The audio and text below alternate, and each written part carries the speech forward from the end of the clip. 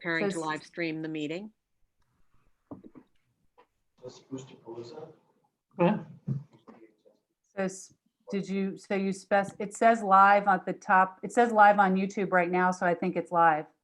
Well, it's spinning, so let's see. But if you look on the Zoom, it says live on YouTube at the top left corner of the Zoom meeting. Okay. So I'm just going to on YouTube. So what I'm going to do is. It says live at the top. It says live on YouTube right now, so I think it's live. Okay. Spinning. So let's. But if you look on the Oh, you can pull it I up. can't bear that. At the top Yes, corner that's of the correct Zoom then, meeting. right? Do you have YouTube open? Pardon? What I'm going to do is. It says live at the top. It says live on YouTube right now, so I think it's live. Right. So to close that down so that we don't have the reverb. You should close down, just close YouTube. Just Just don't- close it. Exit out. Yeah. You have YouTube open? I do. I'm closing it now. I closed it. Okay. I'm going to check on the Booster webpage. Kayla, this is what old people look like. It is. Kayla, thank you for your patience. No problem. You're seeing, as they say, you're seeing how the sausage gets made. It's not very pretty right here. That's right. So Max is on it and it's live. Max is watching. He's watching. What's up, Max?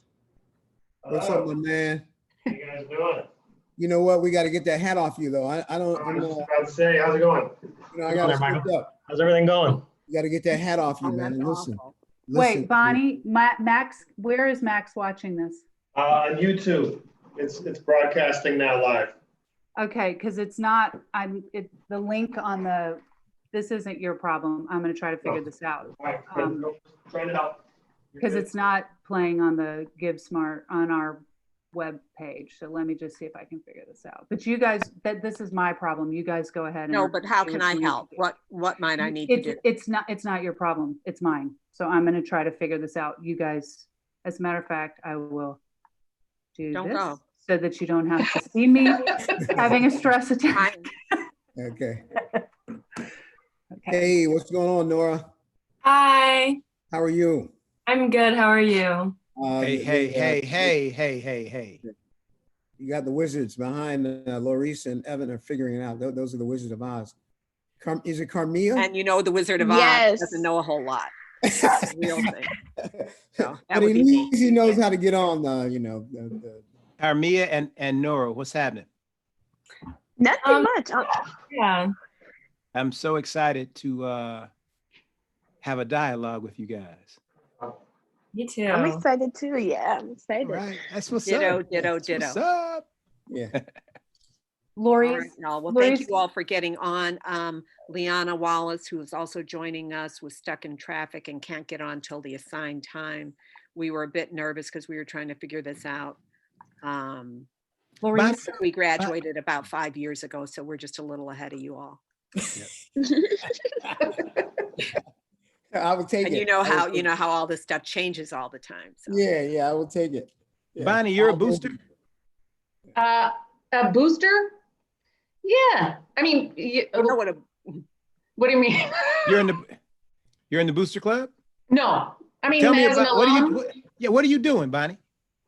I am, besides well, being I your have Sox fan. raised 2 kids who both are recent grads of our alma mater. Very And cool. I'm actually furloughed right now. So starting back to work January 1st. Okay, all right, So cool. Hey, Laurice, we don't need headsets, do we? I don't believe we do, although here's the thing, with these fires and everything and the heat, I might open the door, but if it gets noisy, I'm gonna like step and close. I'm right here. So Ron, if you want, I mean, unless your house is, I don't want to. And I was thinking, you had yours on. I was thinking, because normally everybody, we would do these. So with let me headsets. just give you, Hey, we're hey, gonna man, give you no- guys an no update telling- while we're on. No We all telling grew what's up gonna walk together. through the front Mike door, is the man. older guy here. He graduated. He's a a year ahead of lot. us. He's a So lot one older day, than one me. of you will be able to say that. You see what he's got back there? Yes. That was 100 years ago. Yeah. We graduated 1 year after that. I am the Black Yoda. I just want everybody to know. I These are think, the Jedis. I am the Black Yoda. Yeah. I'm pretty sure my dad graduated that year also. 79? Yeah, I think so. What? What's Who's your your dad's dad? name? Does he use a Uh, cane? Mark Miller. What? Ah, What? David, your Yeah, he- uncle? Yeah. yeah, wow. I Hey, was just Dave- talking to, I mean, yeah. David's our frat brother too. Yeah, that's right. Yeah. That Man, Wakanda Nation is real. tell your brother and your uncle that we say Are what's you happening. good? I'm sorry to interrupt. I'm Yeah. going to leave the meeting, but I I'm just actually wanted you to gonna call know Dave. it's live on the website. We are good. And I will, Michael, if there's any issue, I will text you during the stream. You guys are going to be awesome. Thank you, every single one of you, for participating in this. It's really special, and I'm really excited for this. So Yeah. break a leg. It's going to be awesome. And Thank you, Evan. again, many, many thanks. So grateful. Yeah. All right. Yeah. Good luck, Kayla's got guys. her Bye. early morning game Thank face you. on. Does everybody have Kayla, no breaking legs for you. snacks? No breaking legs, Kayla. No. Tell We me, don't want you breaking legs. So, yeah, my name is Larice. I am the third wheel here, and excited to be here with you all.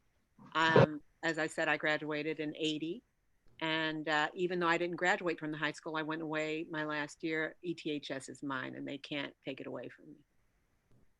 So There you I go. graduated in 82. awesome. Yeah. And I live in Los Angeles now, in Santa Monica. So Yes. Oh, so you're around all the fires it's crazy right now. Yeah. Wow. And we have not gotten rain, but we're hopeful. I mean, at least Wyoming or Colorado got the 50-degree change, so they got snow, and that stopped that. We won't Mhm. get snow, but hopefully we'll get rain. Mhm. Yeah. So will you remind me, all of you, what years you are at ETHS? I'm a senior. I'm Right. also a senior. And then I just graduated last year. Awesome. And you're an American? Yeah. All right. Are you playing? Yes. Yeah. Awesome. Well, Well, not playing, but yeah, yeah. in theory.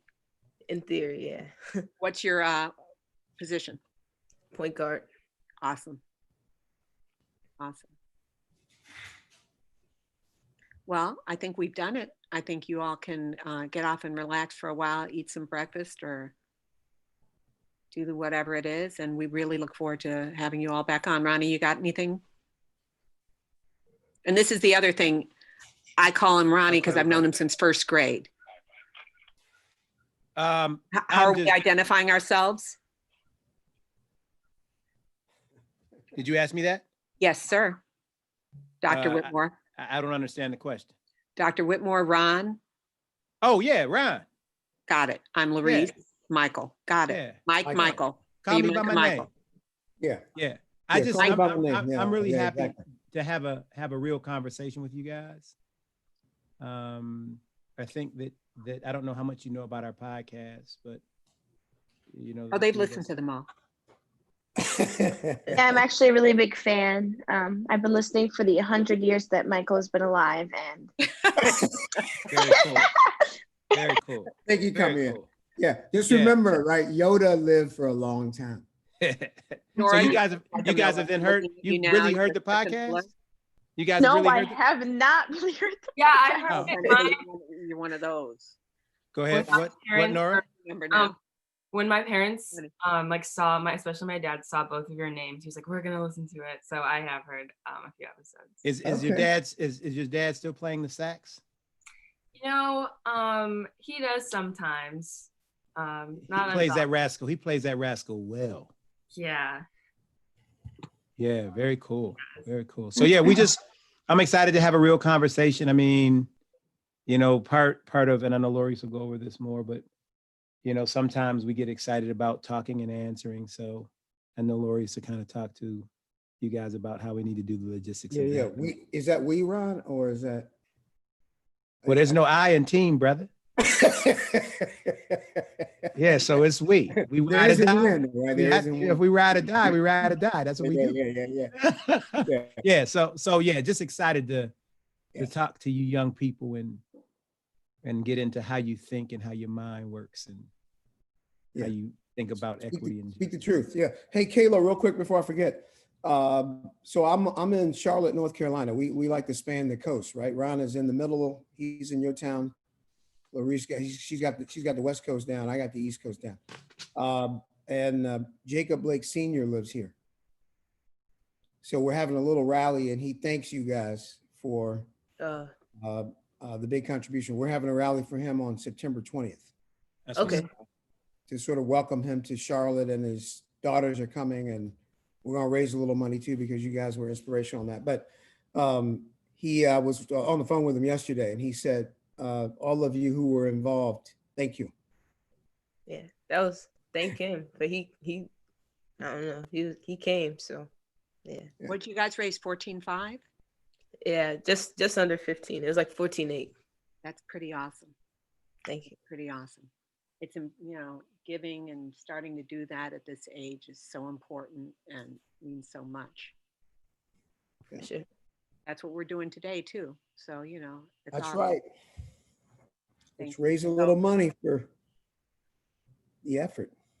Great. So if you all want to hang out with us, you're welcome to, but than that, you can come back and we'll see you when it's your time. And now you know, and I'll admit you as soon as I see your names. Yeah, speak your truth. Well, so can I just, if you have any problems getting on, can I give you my number, or can we give you Mike's number to check in? Yeah, sure. That would be awesome. Mike, Yeah, I don't mind. Yeah. Okay. My cell phone is 704 619 0682. Okay. So if you have trouble, I'll then text you the link. Yeah. Okay. Just in case. Yeah, just in case, but you should be good. I mean, if you can get on here, it's the same link. Yeah. I have a quick question. How can other people listen to this to access this? They would get on that, I think it's the Get Smart link. The Boosterpalooza, you can go. it's free to register. It's Yeah, really you- easy. you- Just And the to- you go on to Get registration's Smart, you register, it's free, and then it will send you a link to activate the live feed. Okay. Okay? Okay. Thank you. You need the Get Smart link. Do you have it? I don't think I have the Get Smart link. I think you just Okay, go, so- it's just ETHS go- Boosterpalooza, and it's the first thing that pops up. Okay. If you send me a text, because we have it, or you can go on our Instagram page. I think it's in our bio. Okay. Thank episode- you. Yeah, on Instagram. That probably the quickest way, right? Y'all know Instagram. Yep. We know. Yeah. But they're like, we're not even on Instagram anymore. We are on Snapchat. But Bonnie's been trying to get in here, man. She keeps doing Oh, this. sorry. She's like, I just wanted to just that once we're on, will someone give me the go, and I'm going to introduce this. And when I'm done, I'll say goodbye and I'm leaving the meeting.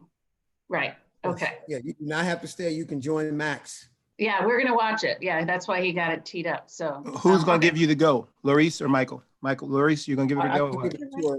I can give it to her. Okay. Okay.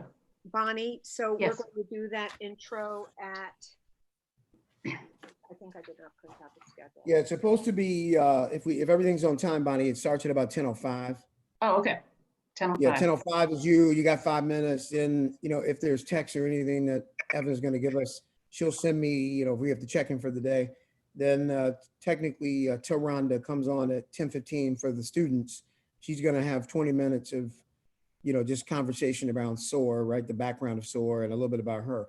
And then you guys are on essentially the way this is supposed to work from 10:45 to 11:45, the students. So you get a full hour and we're interacting in a full hour till 11:45. We're not going to force that if it goes a little less, but we have a hard stop at your time, because then they have to move on to the next piece. But we thought Taronda would be good, just to give background, and then it's all you guys for the full hour. Hey man, I'm go. talking.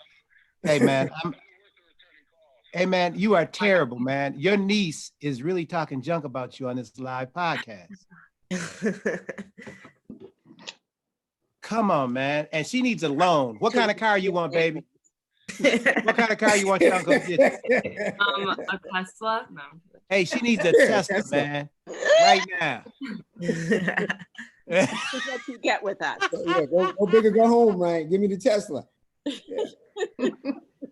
Hey, And just if you all think you're going to grow up and really change to become different people, I'm here to tell you that that's not true. Him since first grade, him since sixth grade, they're the same human beings. I, however, have matured. Yeah, that's right. Right, you're the one who's changed. They're the same. Well, you know what? Yeah. You know, because I just am making stuff up, but it's kind of fun.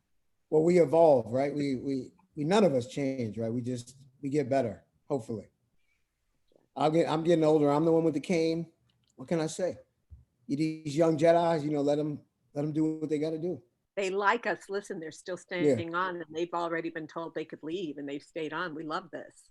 Well, I'm about to leave. I have to get ready. I have to get dolled up. Yeah, you get we ready. Look forward to it. Wait, hold on. Nora, you're on Team Vogue? You on Team Vogue? What? Oh, Callie. Yeah, Callie. Wow. Okay. All right. All right. Well, bye. He's going to be calling people next. See you guys in a bit. Again. See you all soon. Bye-bye. You ready? Stay on, Mike and Larice. Okay. Yeah, I'm not going anywhere. We're about to get on, man. But look, we got to get you on this podcast, Q. I talked to him about it. Is that David? Oh, good. Doug, come hang out with the bros. We'll give you counseling, Doug. You know we know how to do that. Okay, I need to go here.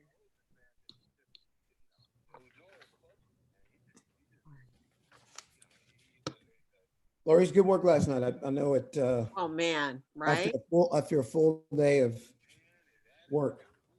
Man, come on, man. I've been there. My youngest is 26. I already know. Worth it. But look, I'm gonna call you back, brother, because I'm on this call. I love you, boy. All right. Hey, Lorice and Michael, say what's happening. All right, peace. All right. We missed you last night, Ron. We were connected till about 12:10, I think. Trying to make sure we were getting on. Yeah. Larice and I and Evan. I think Evan's been fantastic. Yeah. Evan, who was on with us first. Yeah. Oh, okay. Cool. Was I supposed to be on that call last night? No. Why you miss me then? Y'all just miss me anyway because y'all love me? Exactly. Yeah, man. Oh, my man. That's what's up. Yeah. That's what's up. This is gonna be fun, guys. Yeah. I was hanging on the I got summons to the west side. Whoop. Okay. What is the address that David needs to go on for this thing? Here, I'm gonna text it to you. Okay.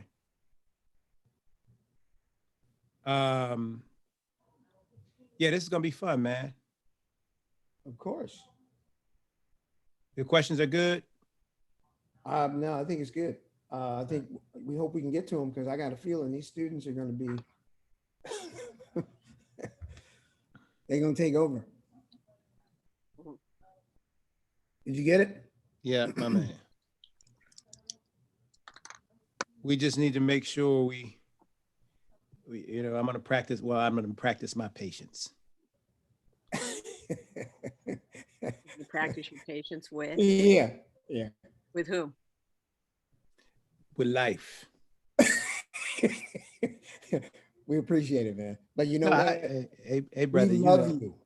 We love you. Well, brother, I love myself. Yeah. No need first to and foremost, right? So I appreciate the extra love. Yeah. Well, everybody needs it. But what's understood don't need to be explained, brother.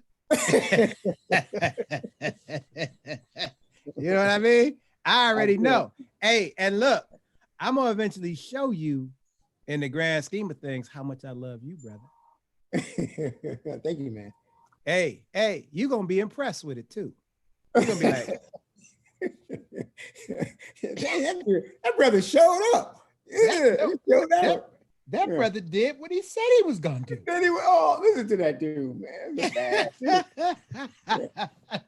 Yeah, man. So I, being the school I taught, man, there's a lot of guys that I happen to know that am very connected. Let's hold on a second. Let me interrupt because we may be a little live. So we're live, guys. We're live. Yeah. So yes. Careful. Hold back. We're live. Oh. Yes, we're on. Hey, we're live. Yes. We're live. So Anybody who wants to listen, they can listen. Yeah. Little So discretion. thank you. Well, so the brothers sure. that I'm connected to are just real cats, and Right.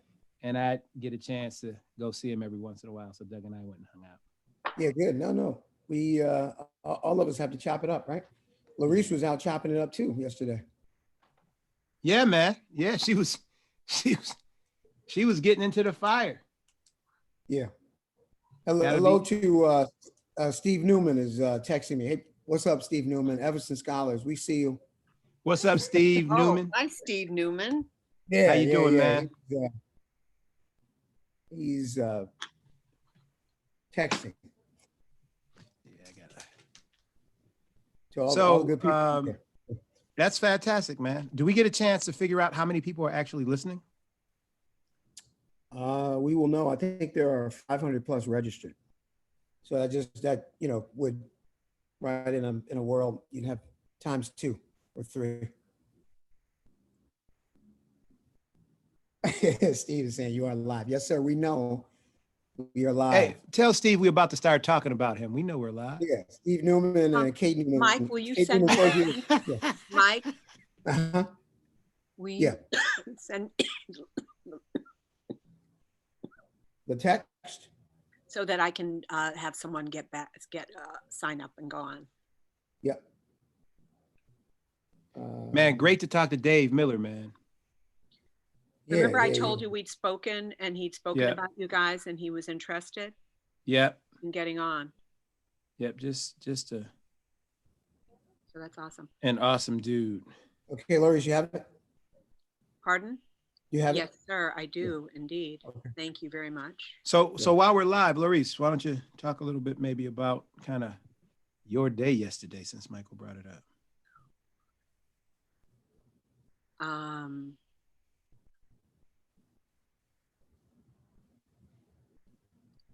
If you feel like it. So working on a bit of a documentary, kind of a music background. A friend's father started a jazz label in 1969 called the Flying Dutchman. The Flying Dutchman was actually only in existence for 4 years. It had a lot of great jazz: Ornette Coleman, Ravi Shankar, Robbie Coltrane, Angela Davis spoken word, Gil Scott-Heron, The Revolution Will Not Be Televised, which we will be using because we have now rights to that. H-Rap Brown, and any number, Teresa Brewer, who is a singer as well that some people might recognize. And we're working on this documentary piece. We're working on a poetry piece that ran in the New York Times. And in the midst of that, we're going on locations and rallies. And we went to a rally to film, which was a Trump rally, happened to be a Trump rally in the midst of Beverly Hills, which one thinks might be liberal, but we found a whole lot of other people who were very anti any other point of view. Because what you find at rallies, and people have had a hard time recognizing this, and these protests, is that people have been pretty kind to the other side, right? They, however, were not. And there were name calling, they were throwing flags at people and calling all sorts of names. It was mostly without being specific, what kind of names? I was personally called just for walking through and not being one of them. The N word, the C word, the B word. I was chased down. I was followed closely. They got into my space without any provocation. There were a few Black and brown people who were treated like we were in the Coliseum. Wow. And there's some footage that both of you saw that, is quite incendiary. So we've got this election coming up, and we, not to talk politics really, but we've got an election coming up, and there are a lot of people with a lot of different views. And my hope is that in these next 3 months that we can really work to not have such divisiveness and difficulties, so that people, if we have differing views, that we can do that without there being a sense of war or people not being safe. So what'd that feel like, Larice? What did just You know what? to be to kind of put it in context, what did it feel like to be followed, chased, someone in your space with such anger for the color of your skin, or for a person holding an opposing opinion? What did that feel And like? here's the thing. They did not know what my opinion was, because there were people of color there. There were BIPOC people there who were supporters of Trump. Yeah. So based on the color of my skin, you shouldn't have been able to necessarily know what my beliefs are, right? I wasn't holding a sign. I wasn't doing anything. And he recognized or determined without any information that that's who I was. It felt sad. It felt like, did I feel scared? Not particularly so, but that may be stupidity. Walking into something like that, because my belief system is that we should all be able to be free to walk anywhere and at any time without feeling that way. He also did it because I was a woman, and he felt that that was probably an easy way to go. Though I had crew there who were on my team. But I will say, what I realized is I felt that way before. This isn't the first time I felt like that. So it's not the type of thing that scares me away, right? I grew up feeling like that. I've been an adult. I've been a child feeling like that. I've seen people respond based on the color of my skin and having nothing to do with my beliefs. And I think we're in a world right now, which is what we discuss, where that kind of thing happens over and over again. Yep. Hey, we're live. People are on. Welcome. Welcome to the Thanks for joining. Boosterpaloozas. We were having a little bit of a side conversation. We've gotten on a little early because we all wanted to make sure that we were ready for all of you. Welcome, everyone. Listen to understand. Listen to learn. Come on. Bring it. Amen. You got the COVID-19 hat on. It's not actually a COVID-19 hat. It was happening in 1619. But it definitely represents a time of chaos for the indigenous Africans being brought to America, and the start of the slave trade. So while this hat, I believe, has to be worn, so we always choose to never forget not only what happened during the Middle Passage and on our untimely and unjust trip to America, but maybe this is a catalyst that will help people really think about who we were before, who Black people were before America. There you go. So it's a duality of time. Yeah. Before America and coming, unfortunately, to America. Yes, I said unfortunately. Yeah. Tell me about your hat, brother. In the broad context, right? This is Malcolm X. I do believe in the duality of that we can all coexist, but we also have to be acknowledging and recognizing that there are systems that we will learn from one another. So, and then some of the world knows, if you know me, you know I'm a huge fan of Brother Spike Lee. So I have all his hats, and I do believe in the 40 acres and a mule. I'm still looking for it. I'll take downtown. Yeah. I don't know if I need the mule, but I'll take the Absolutely. Yeah. I'll wait. But I think today is a good day to speak all things truth, and we're excited to embrace students, and excited that Bonnie Shapiro, Evan Fenimore took enough to think about including us. Yeah. I know we're gonna say this a lot, but to the listeners that are there, we're so glad that you're listening. We're so glad that you chose to be a part of this. Make sure you give from your heart and your pocketbook. That's right. Again and again, as they say about Chicago voting, vote early and vote often. And often. So we're going to say give early and give often. Get till it hurts. Right? And buckle up for a real conversation. Hello, Bonnie. Quick shout out to Bonnie. My man Ben. Good morning. Our Cubs are not in first place, but we're clamoring, man. I don't care what Max Shapiro had on that hat, that White Sox hat, man. White Sox. Go Sox. You live in Evanston and be a Sox fan. Not possible. Good morning to you, Bonnie. Hello, Bonnie. Hello, good morning. Having the great idea. Yeah. I got to switch My back. honor, pleasure. Yeah. I do this rarely, but since I'm not repping a hat.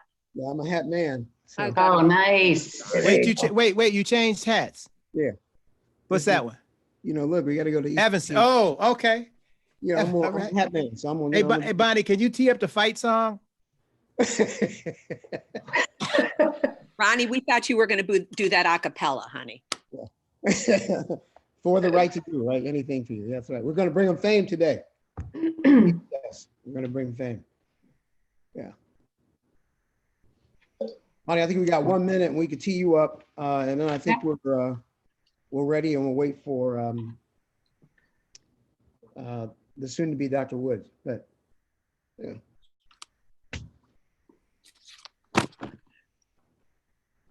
Hello again to the audience. As Ron said, give till it hurts. As Larisse said, vote early, vote often, and give early, give often.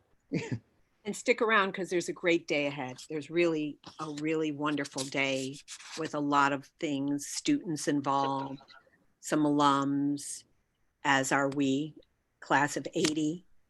Ron Whitmore, class of 80, Mike Duvall, class of 79. We're excited to really join you and do this. Bonnie, what's your class? 82. 82, correct. Bonnie's 82. Shout out to my wife's class. Yeah. Yes. My wife's class, 82. Yeah. I think, Bonnie, you can go ahead and get started, and we can move in. I think hopefully we're on time so that we got people moving. Okay. Here we go. Good morning, Boosterpalooza. My name is Bonnie Shapiro. I'm an ETHS alum, class of 82, married to an Evanstonian, class of 85, and we're raising our 2 kids in Evanston, also recent ETHS grads. I was asked to introduce Evanston rules this morning. Here's the backstory. I've known Michael Duvall, one of the hosts, for more than 40 years, which is pretty astounding just saying that out loud. A few months back, at that time, I had listened to a couple of the Evanston Rules podcasts and really enjoyed learning about Evanston folks I didn't know, those I thought I knew. This podcast is about Evanston, and where the 3 hosts have authentic, meaningful conversations with their guests, and it really resonated with me. Around the same time, I ran into my friend Evan Fenimore, who told me she was co-producing this year's Boosterpalooza as a virtual event. No small task. I thought perhaps Evanston Rules could plug Boosterpalooza during one of their podcasts. That's it. That I was thinking out loud. Evan asked if I'd make an introduction. No problem. I reached out to Michael and he responded almost immediately.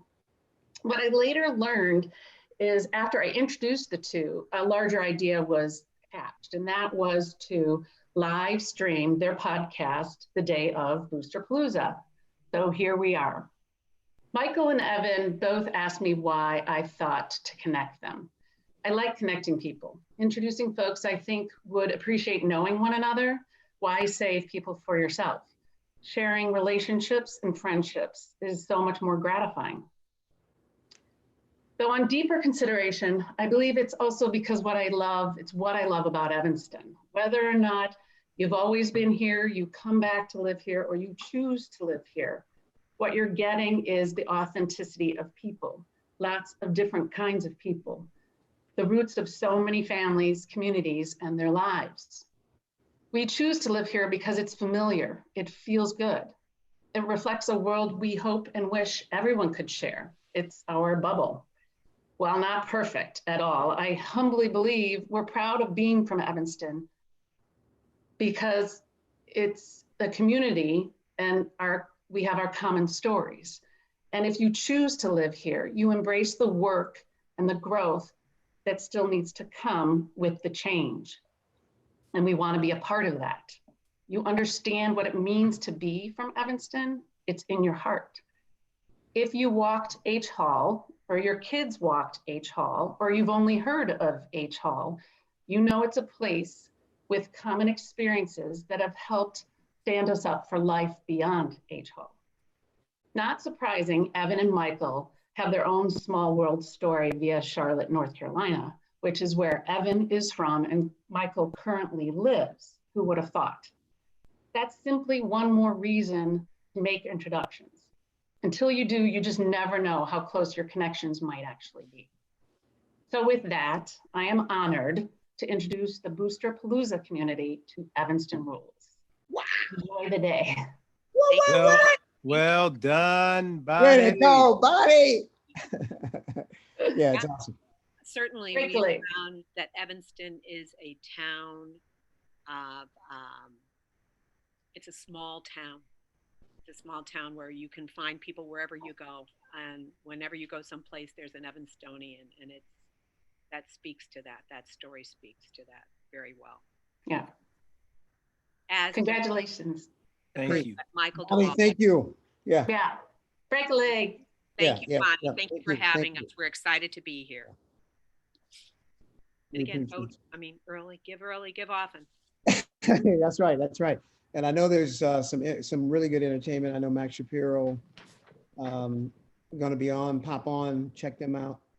Steven Johnson, I know we're going to be on. Check him out. There's lots and lots and lots to embrace, right? Lots to embrace. Laurice, tell us a little bit. I think people know you're in California. How are the fires? Are they? They're devastating. They're decimating a lot of space, and I'm lucky to be in an area where we are basically just getting ash on our cars, and the air is not easy to breathe. But my home is not at risk. My family's not at risk personally, but the air is bad, and it's drifting, and it's awful up north and in Oregon, all straight up the coast. Yeah. So we got lots of Evanstonians who also live on the West Coast. Yes, so let's we do. continue to pray for them. Let me say quickly too, before I forget, to the Boosterpalooza, brother Jacob Blake lives here also in Charlotte, North Carolina, senior, and their family's doing a lot better, and we will be embracing him here, and you'll hear a little bit later some of the young adults who spent some considerable time, not just marching, but also raising some money for that family. We are Evanston, we are forever connected. And so we feel his pain the way we would feel anybody else's pain. Absolutely. But the joy, we can breathe, Evanston. We're gonna not say we can't breathe, because brother Jacob Jr. can breathe, and he can speak, and you can't take his heart and his mind and his soul. And so I think we need to be all praying for him and his family, that his voice will remind us of things that are present. Also, listeners, please continue, or if you have not, take every opportunity to listen to Evanston Rules, evanstonrules.com. If you have not heard our podcast, as Bonnie mentioned, we are having some conversations with Evanstonians you may know and Evanstonians you may not know. So please go on and give us your feedback and tell us what you think, but please keep listening. Yeah. Evanstonrules.com. We welcome suggestions. We welcome feedback. You can shoot us an email. Let us know how you're feeling about everything, questions, concerns. We're open Yeah. to all of it.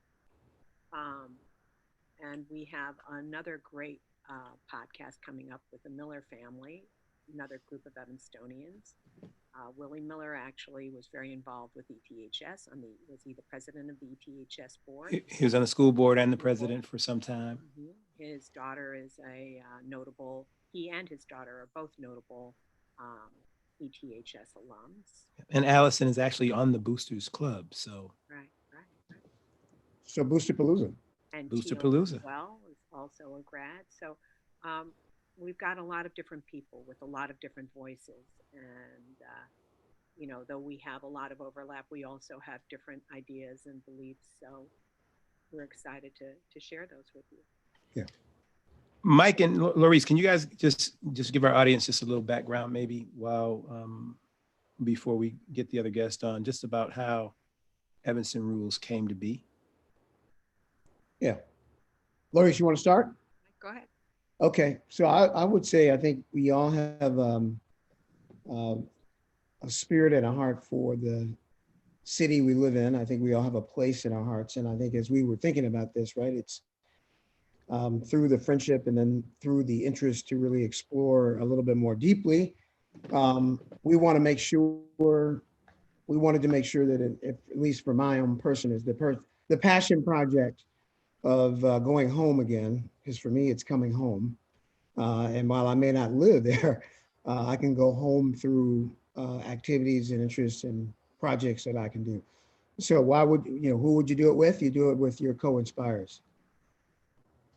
Yeah. So, it's something that having been away from Evanston for a while, though my father continued to live there, for me personally, I've always had an attachment and a love for Evanston. I've also noticed that there were things that I feel are not always the easiest in any town, any life, any person.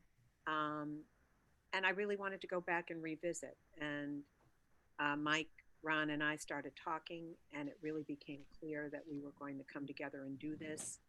And so here we are, doing it and telling the stories. And I want to say that I learned more from the people we speak to than I think they might ever get from us. And I hope that we pass some of that down, because it's exciting and it's interesting.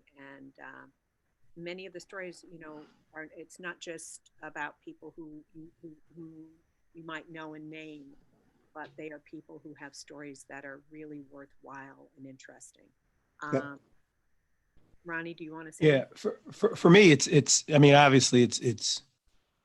Evanston is dear to my heart. I was born here, but I think through our podcast, we're really having an opportunity to get at the duality of Evanston and hear the perspective of Evanston from a number of different people that sit or sat at a number of different places, right? And it's that level of conversation and understanding that really makes Evanston magical once those stories are heard. It adds to Evanston. And I think with Michael and Laurice, we've really gotten at identifying those folks that may have some stories that have not been shared, that are beneficial to our existence, that are beneficial to what makes Evanston fantastic. So we are unafraid to get at the difficult conversations. We speak our truth. We encourage people to speak their truth. And I think while at times it may be difficult to hear, that's the beauty of who we are and the beauty of our town. Yep. Embrace the truth.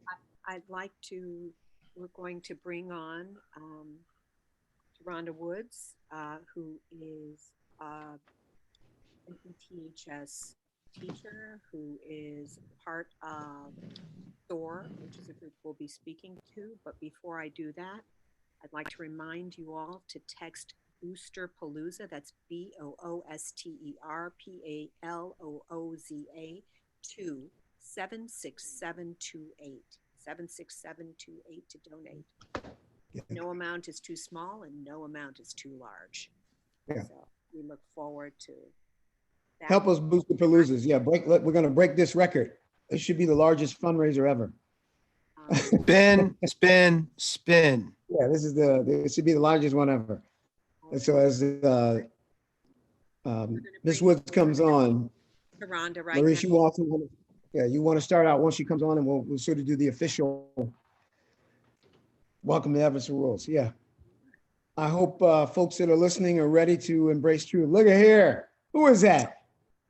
Hey. Morning, Miss. Who is that? Hey, Miss Dr. Woods. Hi, how are y'all? Hey, how you doing? Fantastic. What did you say? I'm sorry. Yeah, we said fantastic. Oh, you're doing fantastic. That's good. I gave a very slight introduction to you. Would you like to tell us a little bit about yourself and what you do with SOAR? And Yeah. what the acronym or it? Yeah, I definitely can. So I'm Taronda Woods. I'm currently a science teacher at ETHS. I work very closely with Corey Winchester as one of the co-sponsors and adult facilitators for SOAR.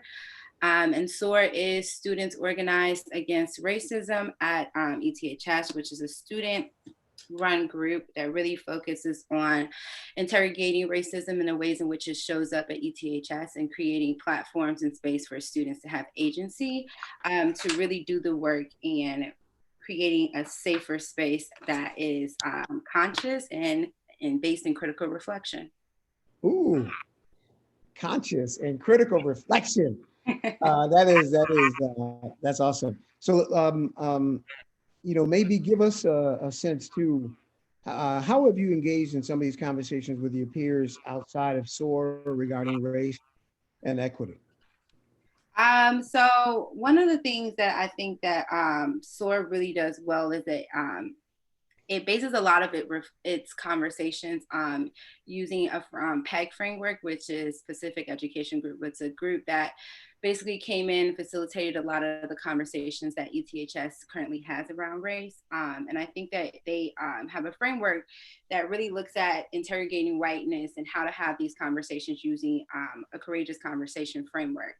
And a lot of the framework and the agreements and the norms that are outlined in this courageous conversation platform allows for us to have these types of conversations. So I think for me, like really having something to base these conversations on, really making sure that it is centering race, really making sure that, you accept that these conversations are, non-closure, that there's going to be cases where these conversations are not going to end in this light, fluffy, put a bow on it, really making sure to experience discomfort on all levels. When we have these conversations, it's going to be uncomfortable, and in order for us to have any type of advancements in terms of how we look at racial relations and how race impacts, our everyday lives. So I think that really basing my conversations and using these critical, courageous conversation framework is really how I try to align conversations that I have when it comes to race.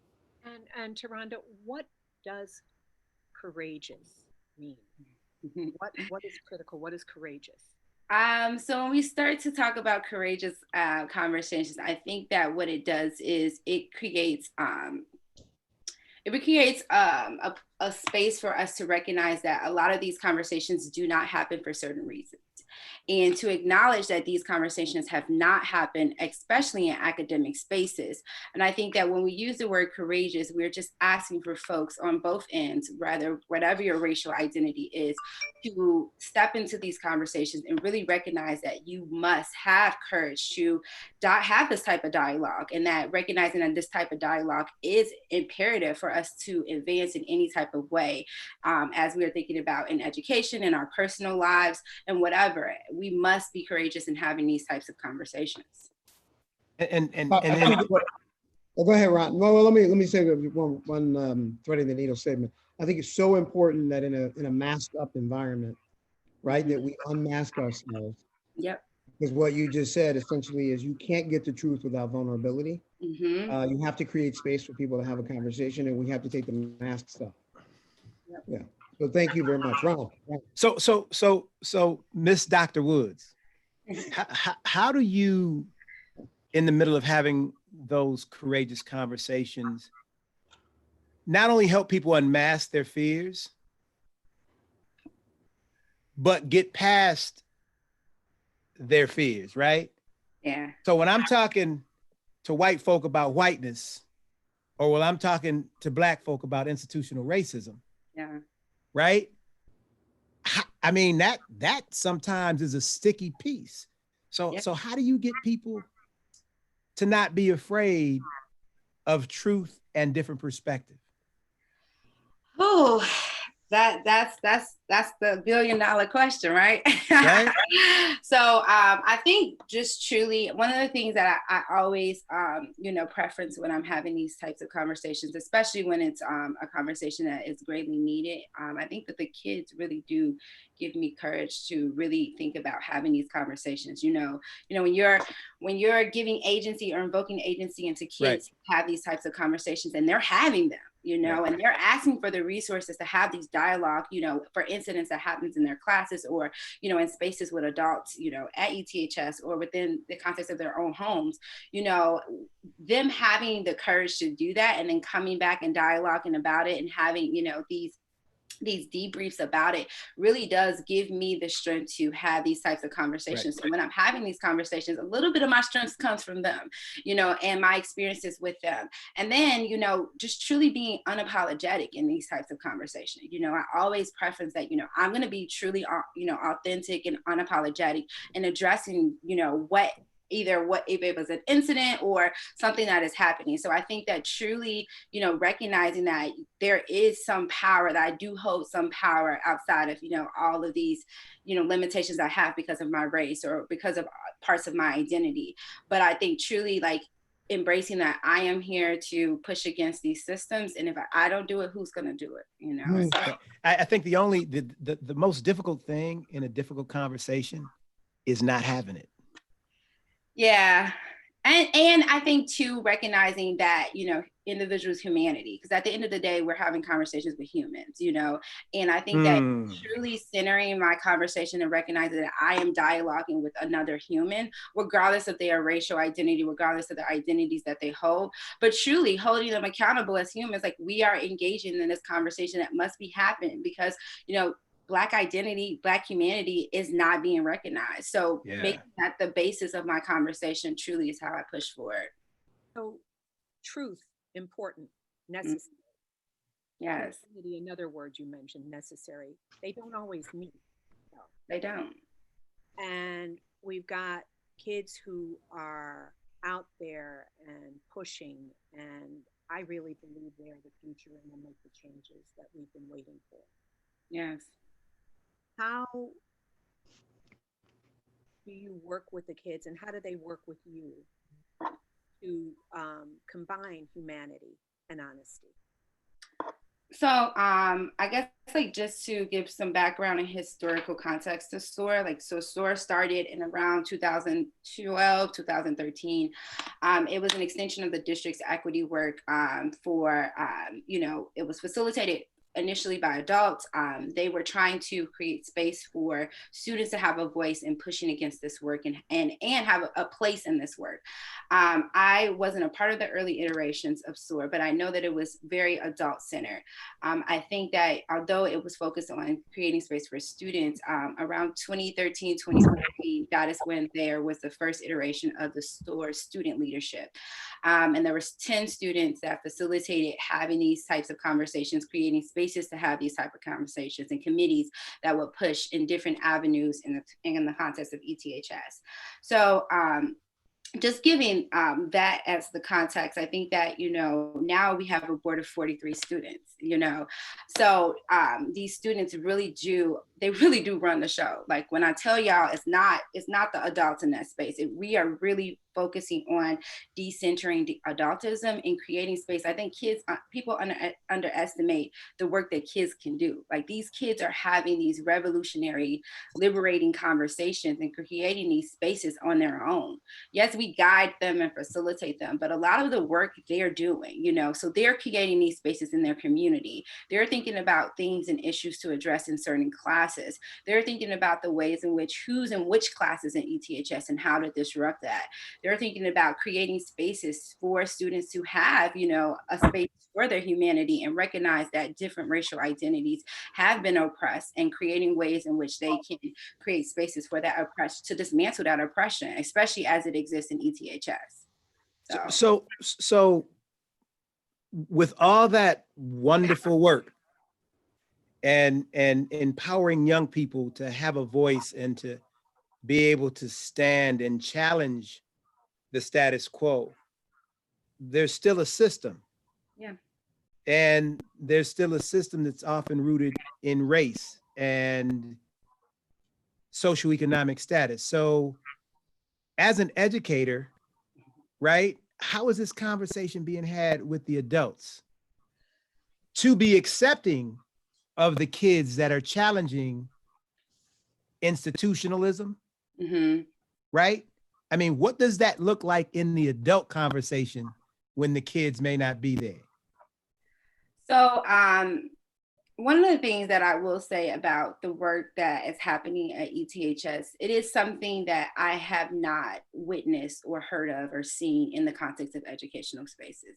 So their equity work, their district equity initiatives are truly something that I think it has catalyzed what we see in terms of like a change in how race and racial relations and social political conversations are happening in the context of school. Yeah. So I think that, through, beyond diversity trainings, through, these social conscious, I'm using the word summits that we have, through these different, avenues in which teachers and adults are having these conversations. I think that, are they perfect? Absolutely not. Right. And if they were perfect, I don't think we would have to continue to talk about race. Right. Do they, have they completely disrupt the ways in which we see white supremacy impacts educational systems and policies and things? Absolutely. In some ways, yes, but holistically, absolutely not. But I think that it does create a platform for us to at least have the conversations that need to have. Right. And to, stand these, face these issues right in the face. Like, white supremacy is real. Yeah. Systematic oppression is real. Institutional racism exists and is very prevalent, and it persists in educational spaces, unfortunately. But I think that having these types of conversations and creating platforms where these conversations and the culture that these conversations are going to happen, I think disrupts at least that narrative that we're going to be silent about it. Right. I mean, and I think we can agree, institutional racism isn't learned, it's taught. Right. And it's taught in homes, and it's taught in institutions, places called school, right? I cannot wait to get the students on the phone, because I'm so excited to hear what they will say about how these conversations about race go to my home. I mean, my home has to say more than, hey, I know I got Black friends, right? That seems to be often the status quo. Well, do you have Black friends that sit at your dinner table? Or do you have Black friends that you go to their house and have dinner as well? Right. So I can't wait to hear how the students feel or say, or what they say about how those conversations happen at home as well. That'd be awesome. What are you hearing? What are you hearing from students as they challenge their parents to think differently? So one of the great, I think the beautiful things about SOAR is that, although these conversations, and we do talk about having these conversations in their homes, in their communities and in context of ETHS, they do happen in their homes. So there is dialogue. One of the things that we really, talk about is that critical reflection piece. That is a great, that critical conscious reflection piece is a great part of being a member in SOAR.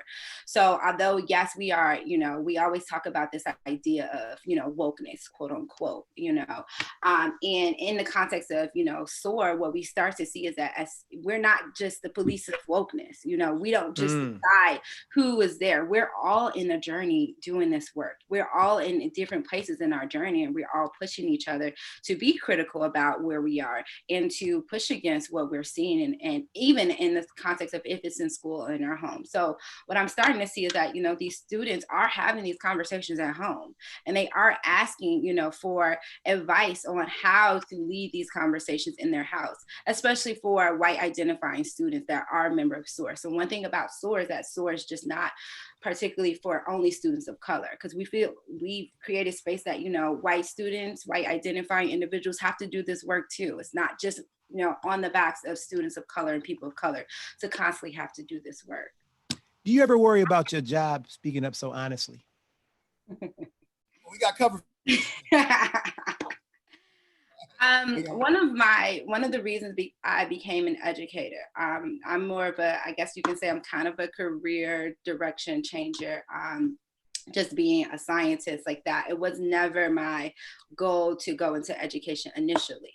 I think that as my life has unfolded and the ways in which I've seen, and have experienced oppression for myself in the education system, and how I had to navigate, in very white spaces, and how I had to recognize the ways in which institutional racism has directly impacted my life, it has become my life goal to really work to, and I know I'm not going to see this in my lifetime, but I think to be a part of this beautiful struggle to really cause a shift to happen, particularly for students of color to experience school and learning in a very different way. I think that when we just limit learning to spaces in school, we see the way schools can inflict trauma, particularly on Black and Brown students. And I think that for me, creating spaces and creating, these types of dialogues and engaging these types of dialogues are imperative to my practice as an educator. I cannot be an educator without having these types of conversations.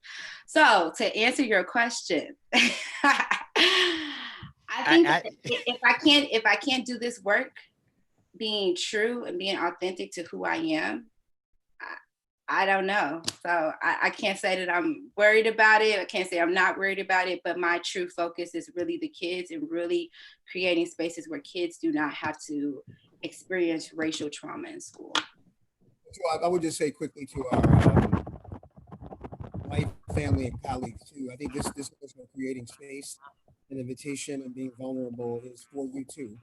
And what we all got to do is get in, right? You got to get in, because the only way we get back to a world where there's a quality education will be when we all believe that there needs to be quality education for all. So that's where the liberation comes from. Mike, your shoulder is hitting your mic. Laurice, I think you got a question. Yeah. The great thing about a live podcast. So, we talk about Evanston. We talk about the wonderful pieces of Evanston. We talk about the liberal. We talk about the inclusion. We talk about the kumbaya, the history of Martin Luther King coming, the history of Cesar Chavez coming. We talk about kids growing up hand in hand, different races, different ethnicities, different,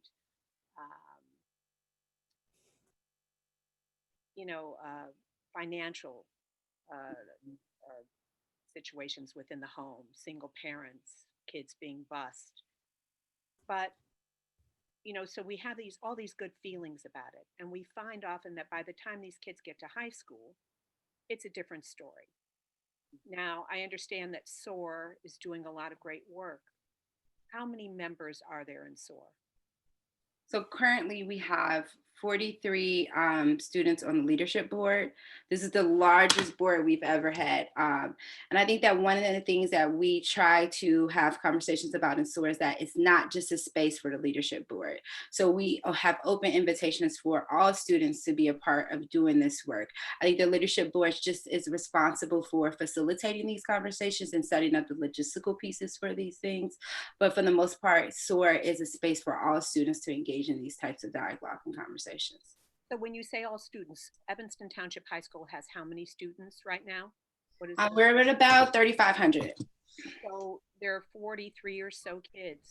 How do they spread the message of SOAR throughout the school? And doesn't it seem that it would be just an awesome practice to really be able to get more kids into SOAR? Because it seems that the kids who are involved are driven, are interested, have homes that possibly support. Yeah. What about those kids that don't have that?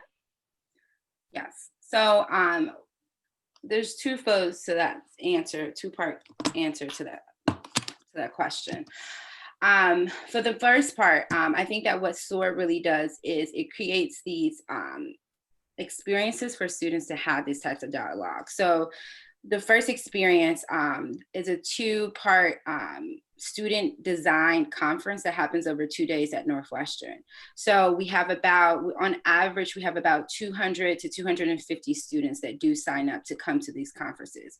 And these conferences are student-led, student design, and the students really engage just, the participants in having these types of conversations, giving them resources to, have these conversations outside of just this conference. So I think that really does, open the platform for these type of conversations to happen outside of just being in part of the leadership board. The students also do something called equity workshops where they go into different spaces. So these are different student athletic groups. These are different spaces in students clubs. So they actually lead these types of workshops in spaces. And particularly what ends up happening is they do happen to occur more frequently in groups that are predominantly white, like where the student body that take parts in these organizations or these clubs are usually white. So I think that really does open the platform for these types of students to have this type of dialogue and conversations. And then the second part is that answer to this question is that, when we start to think about involving 3,500 students in these types of conversations, it gets really tricky, and it does, we do have conversations in SOAR about access, because, when we start to think about this work, it does come down to people who have the vocabulary, individuals who know how to talk, the individuals who know how to walk, So when we start to create these spaces, what SOAR really has tried to do is to open the platform and open the door for all students to have this type of conversations, and recognizing that different students are in different parts of their journey, and owning that and creating space for those people as well. Right. So it's important, obviously, that people be able to use their voices, that we not penalize people for having voices or being able to walk the walk, and knowing that we are in different spaces of growth. Yeah, but also grounding that in a critical reflection, and also grounding that in critical conversations, and making sure that we are centering race. We do recognize that whiteness is prevalent, and that whiteness does, invoke oppression on people of color in particular. So making sure that those are grounded in as we have these type of conversations and create these spaces. So do any of these, so you're saying that they go out and have these conversations. Do these leaders, what is it? As you teach one, as you learn, you bring one, you teach one, each one. Yeah. There's such an opportunity to mentor, and I get the reality of a high school experience is a very busy one. I'm sure these kids are going. I always have a concern for those who are left behind. Yeah. And what I find is that by the time kids get to high school, some are identified just as not those children. Yeah. And what is a way to be able to expand that with? Yeah. So one of the things that I think I can speak to my own personal experience. I teach two very different biology classes at ETHS. One is Earn Honors, which is introductory biology course for all all incoming freshmen, while we do have a population of students that have to wait until their sophomore year to take biology, which particularly becomes Black and Brown students due to different testing reasons and literacy reasons. So I think that for me, I think that when it comes down to creating space for students whose voice have been left out of these conversations, I think that is very important for us as an educational system to create spaces that transcend just one student organization or transcend just one adult. I think that by creating a culture that really does center Black and brown students and really does center integrating racism, I think that this is how we reach, you know, all of these individuals that have been left out until the culture, you know, exceeds beyond just individual spaces, until we do the work where it really does capture that we are going to center Black voices, we are going to center brown voices, and we are going to make sure that we center that, you know, white supremacy is a thing and it needs to be dismantled. Until we do that, I think that, you know, there are going to be people that are unfortunately left out of these dialogue and out of these conversations. But I think that what SOAR does is it allows the voice to happen outside of it just being on like ownership on the adults, because we know how adults can take ownership of things and how adults can, you know, and I always talk about, you know, adults, I can do with the kids. Adults sometimes I'm like, I don't know, you know, but I think that by having, you know, them having these types of conversations in their friend groups, having these conversations on social media, having these conversations that transcends these spaces that adults need to, like, I need to have ownership and facilitate all the time. I think that that is how we meet. That is how we create culture to meet all students that have been left out. So I have another scary question to ask. You with these scary questions. Right. And when we talk about adults, America has never admitted the atrocities of slavery. They've never apologized. Mm-hmm. So when we talk about white supremacy and institutional racism, right? Mm-hmm. In a place like Evanston that's so target rich for this kind of success, how do we get white folk to admit that there's institutional racism? First question. Mm-hmm. Okay. The second question is, the scary piece of whiteness is having to share or give up my power structure based on cognitive dissonance. Mm-hmm. So now, in that adult space, how do we get white folk to share? How do we get white folk to admit institutional racism? And how do Black folk feel comfortable saying that? I was trying to model. And after this, I want your answer, and we're going to now. But then we've got kids who are excited to join us. Okay. So I'm not telling you to abbreviate it because it's an awesome question. No, please, because I know what she's gonna say. You know what I'm gonna say? What I'm gonna say? The truth.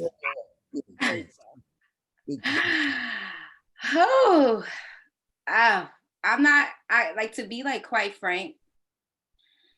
I can't tell you exactly what the answer to that question is. And I think that if I knew the answer to that question, and I think if we knew the answer to that question, we wouldn't be having this types of conversations. It wouldn't be the need for us to have this podcast this morning, you know? So I think that when we start to really think about what it truly is going to take for, and I'm not even sure if I believe that an apology is going to suffice, you know, at this point. I do think that there's definitely a need for recognition. There's definitely a need for ownership. There's definitely a need in a space for individual and personal reflection.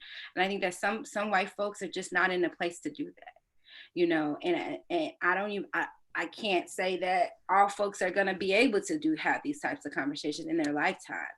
But I think that it is important for us to really stay true to this struggle and really recognize that, you know, there is place for this struggle and there is necessity for this struggle, and that we just have to keep raising our voices and using the, you know, as I keep advancing, and, you know, I hate to use, you know, this very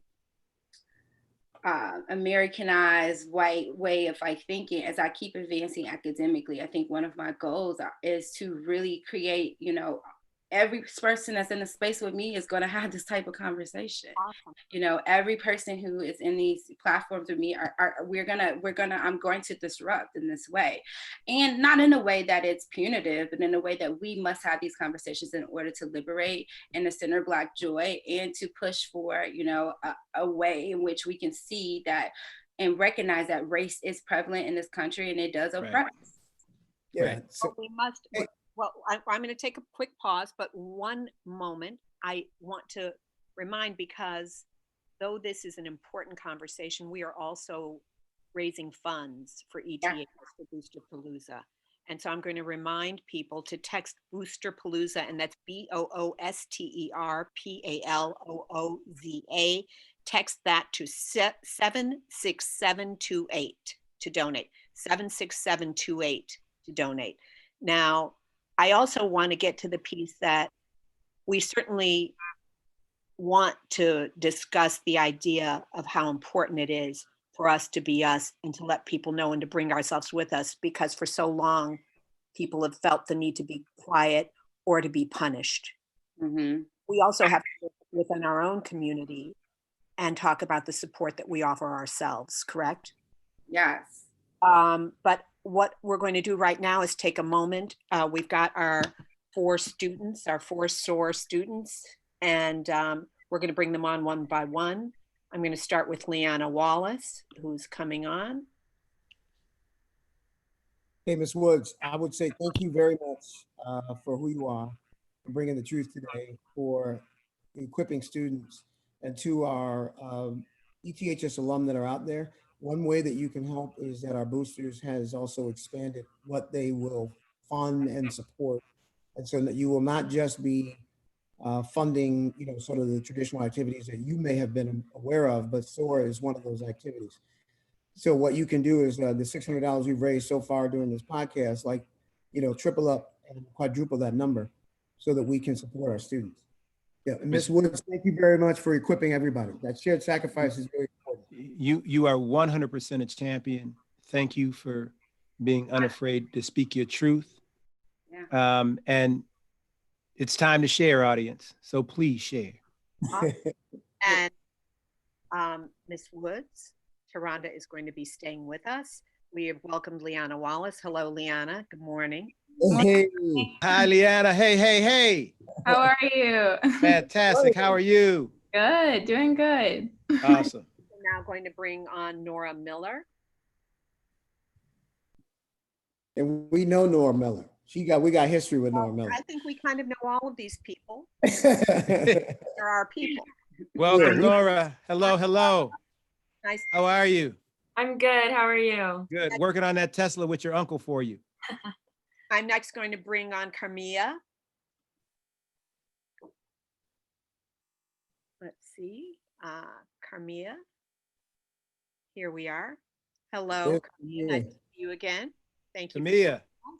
And last and certainly not least, we've got Kayla. And I'm feeling very much like the melanated Brady Bunch.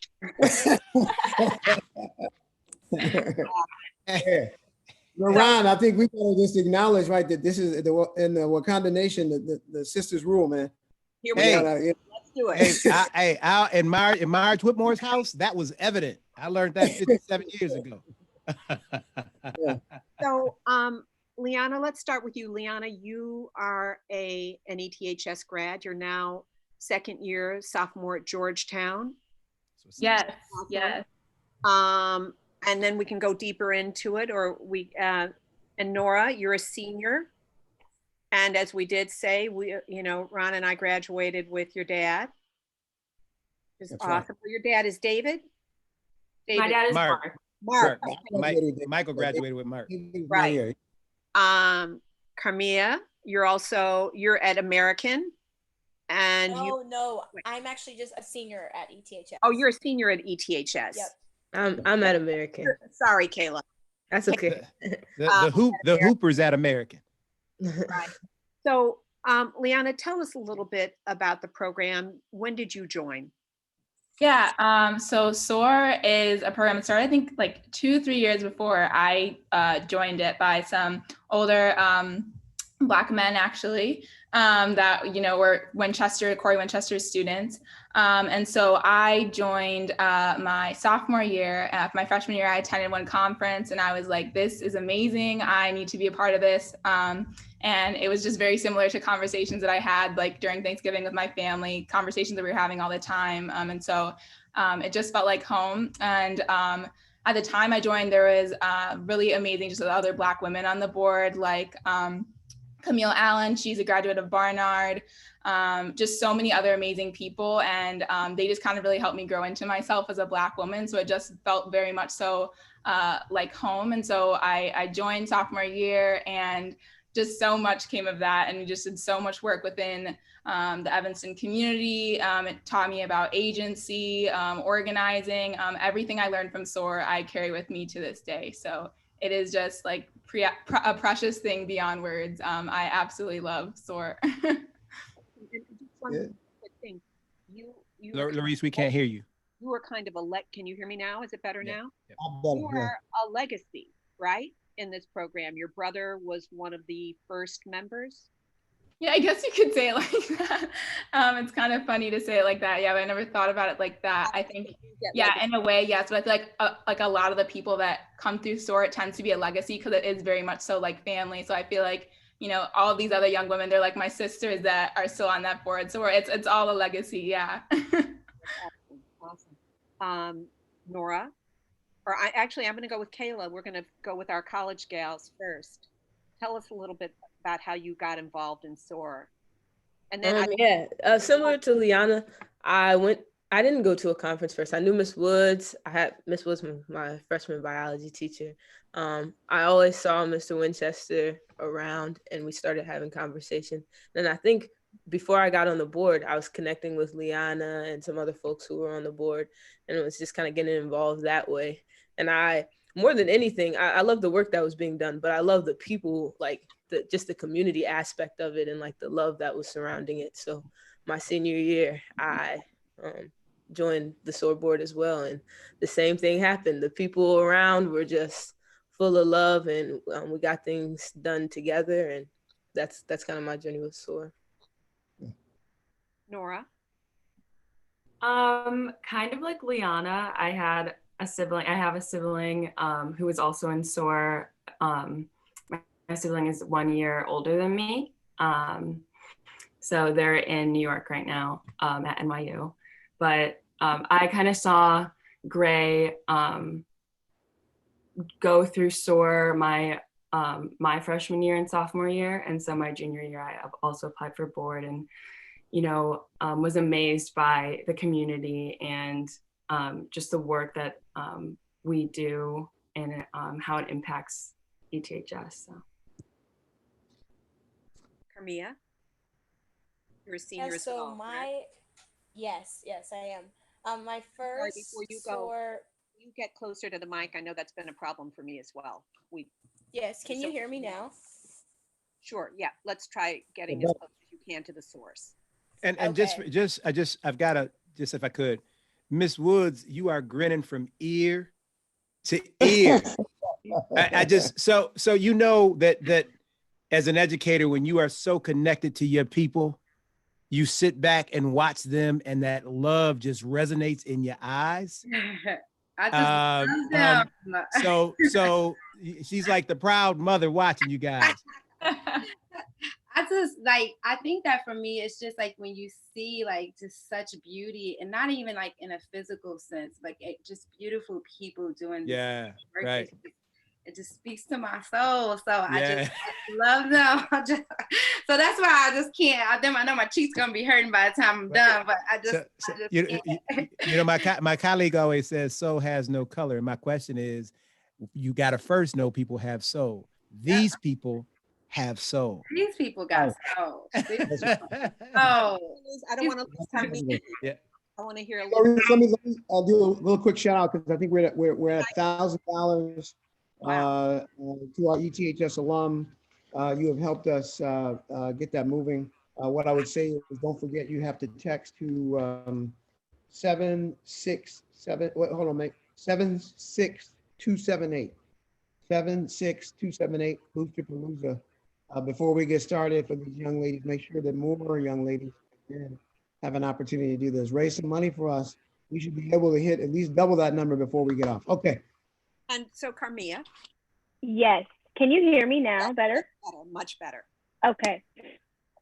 So the first SOAR conference I actually went to was in 8th grade. I think I was chosen, I don't know, I went to King Lab K through 8, all my years of school until I got to the high school. And I was like, my eyes were wide open the entire time. It was crazy. I was like, what is this? And so, and I'm also really busy, so I never was on the board, but I always went to the conference. I think sophomore year, or maybe freshman year, I didn't go because I don't know, I had something, but every year I've been like, always had like that question in my soul, like, how do I further like these conversations and how can I get more involved? And I never really questioned like, oh, like, can I be on SOAR board until senior year, when I really like saw a lot of my peers there. And I was like, okay, now it's time for me to get involved. So after last year going to both conferences, I was like, okay, I want to do this. And now I'm in it. And it's so like, it's beautiful because you're sitting here having these conversations that you're meant to have in like a space with other people that want to have them. And so it's really, I don't know, it's just something that's really special that I know everyone here was like, I got to involve myself in it. Conversations you were meant to have. True. Can you peel that back for me a little bit more? Yeah. So I think that in regards to like how we identify ourselves, it's really important to have conversations about that. And I don't think the meaning of being human is to get a job and get money and have a family and do that. I think the meaning of being human is to interact with other humans and to explore other people's experiences. And that has a lot to do with race and how you identify. And so having those conversations that we have in SOAR, like, it's all about identity. It's all about understanding someone else's place in life and understanding your relativity to that. And so, and that's the most important thing to me, is just understanding where someone else is coming from and being able to relate to them on that level. Interesting to bring up success. I know that Mike and Ron and I've been included in conversations defining success. What is that for any of you? Anyone? I feel like, go ahead, Nora. Okay. The first thing I thought of, or the first like synonym to success that I thought of was joy. And I feel like, at least in my short life, how I measure how like successful I am isn't by, whatever grades or how some other of my peers do measure that. It is really by the relationships I have and, my emotions and the feelings that I'm having and the connections I make with other people. So I want to, the rabbit hole has been opened up. So let's just go down it. Having the conversations that I'm meant to have, the joy of being who I am. Where are the white kids? And what does that conversation look like with white kids? Yeah, I think something that I learned throughout my time at SOAR is the importance of centering Black voices and Black people, right? And so within the context of ETHS, a lot of people like to talk about diversity. We have these white kids, we have these Black kids, but as you're walking through these hallways, as soon as you walk into an AP classroom, that diversity seems to go away. We have, essentially gentrification within a high school building. And so I think something that I learned that was so valuable to me is that, yes, we would spend these times, I think a little bit too much time in our conferences at Northwestern, maybe talking about white folks and being like, yeah, like y'all really shouldn't be saying the N-word, and yeah, y'all really shouldn't be microaggressing people, which is all true. But as in my social location as a Black woman, how I define success is through Black liberation. And so I found so much more liberation and freedom in talking to other Black people and just working through kind of decolonizing our minds instead of focusing on white folks. Because I have one of my best friends, Julia, she's white, and I'm like, this is your job to get your white people together. Go ahead, do that. And my job is to kind of, you know, for Nora, Kayla, Carmia, let's talk about the trauma that we've been through as Black women and how we continue on creating that success. So it's been, I think that's an interesting that you raised that question, right? Because for me, it's been, you know, white people have a journey that they have to go on, but that's not to say that, you know, racism and them undoing that is our job to do. It's very much so theirs to do. And I've been really proud of a lot of the white folks that have stepped up and taken on that responsibility, because it isn't ours to do, right? It's exhausting for us to do. So let me ask a deeper question, because I'm agreeing with you. I think that we really need to have our voice and fix it ourselves, right? But so what does that look like in the Black space, in the Black conversation, right? And then even in that conversation, we still have to deal with the reality of how institutions are set up and who they're run by, right? So when we have the Black space that we're trying to fix, what does that look like in dialogue? And then how do we take it to the folk that are controlling the systematic oppression and the trauma that we've experienced for 400 years? What does that look like? So I think when I say like centering Black voices, right, we do have these power structures and white people tend to be at the very top of those power structures. But what I found, and like, this is something that Winchester shows us when he first get into SOAR, it's like Love Liberates by Maya Angelou. When I talk about like, you know, building community and stuff, SOAR has provided me agency and to have this community to talk amongst other Black women to be like, okay, this is how I fit into the context of the world. And now let me go to these greater power structures and be like, yeah, no, that's not right. You who are in power have to start like fixing these things. But I think you can't do that until you feel liberated from other Black folks. And even beyond that, I think like, you know, right now in terms of like conversations around defunding the police, there is a big divide within the Black community in terms of the younger generation and the older generation, and how much we allow ourselves to become radicalized and think in new ways. And so that's a lot of the work that we have to do internally in the Black community to then talk to like bigger power structures to be like, this is what we believe cohesively as a Black community that we need to get towards liberation. And I think that's a lot of the work, because within the Black community, there's still so much that we haven't talked about in terms of, you know, how do we start fixing these things structurally?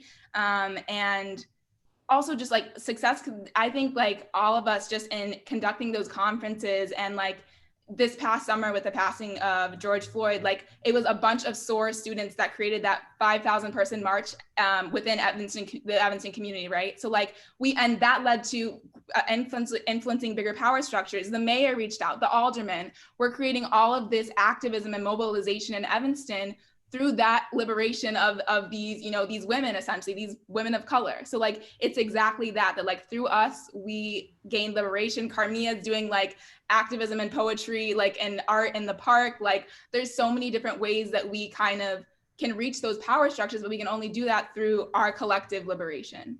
Well, thank you for owning Mother of Civilization. Yeah, that's right. Hey, let me ask. Let me jump to a new question instead of bridge.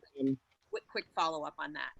Oh. You speak about cohesive, but obviously, and you speak about how, you know, Black people don't all agree because we're not a monolith, right? We all have different views. So how do we face that but move through it together? I think part of it is thinking about revolution differently. Like, I think a lot of times when we think about revolution, we think about these big, powerful things. But I think like the majority of Black folks I know have been revolutionary on the most revolutionary person that comes to my mind is my grandmother, right? Because everybody's got to eat and everybody's got to have a house. You know, everybody's got to have a place to live and everybody's got to eat. That's like the center of it, right? Like that's how we stay alive. And for generations, that was what my grandmother did. Open door policy. Hey, come get a plate of food. Hey, you need somewhere to stay? Like, let's stay here. And I feel like if you asked all of us in here, like, oh, do you have that one sibling or one family member who does that? Everybody be like, yeah, I could always go to so-and-so's house, but we don't think of that as revolutionary, right? And so I think when we center, like back to centering the conversation around Blackness and the structures, when we think about that love and that individuals are revolutionary within the Black intramural, like that conversation changes. Because like a lot of times we think of going back to something or going to something different instead of centering something that already exists. Like one of the most revolutionary things in Evanston, family focused garden, communal garden. Every day people could come out, get some food and eat. Like, I think we need to center things that already exist, that were created by Black folks and are created for Black folks. And I think that's when we start to move forward as a collective, because that all that is cohesiveness. You know what I'm saying? Ooh. You bring tears to my eyes and goosebumps to my skin. Man. Hey, that was good truth telling. I want to, so the word I want to introduce people to is this notion of acculturation, right? That is where you bring self, but you don't lose self. And so I think when we talk about centering, we need to give people language. The acculturation is really important. Kayla, I'm going to direct this to you, but anybody can answer afterwards. First, shout out and applaud. I think we talked about this a little bit on the test. You and others helped raise some money for Brother Jacob Blake. And Liana is like one of the original organizers. Look at you, Liana. Well, congratulations to both of you, because I live in the town that Jacob Blake lives in now. And some of you may not know this, but that his father was my pastor, my family's pastor when I was there going to the Black Y, because there were 2 YMCAs back then. And I know Celeste, or Kayla, Celeste, I know her mother very well. And so Kayla, I'm going to direct this to you because I had this long conversation with you last summer in the backyard of my sister's house during the 4th of July. And you told me for a good hour, I feel like I already knew where your journey was going to be.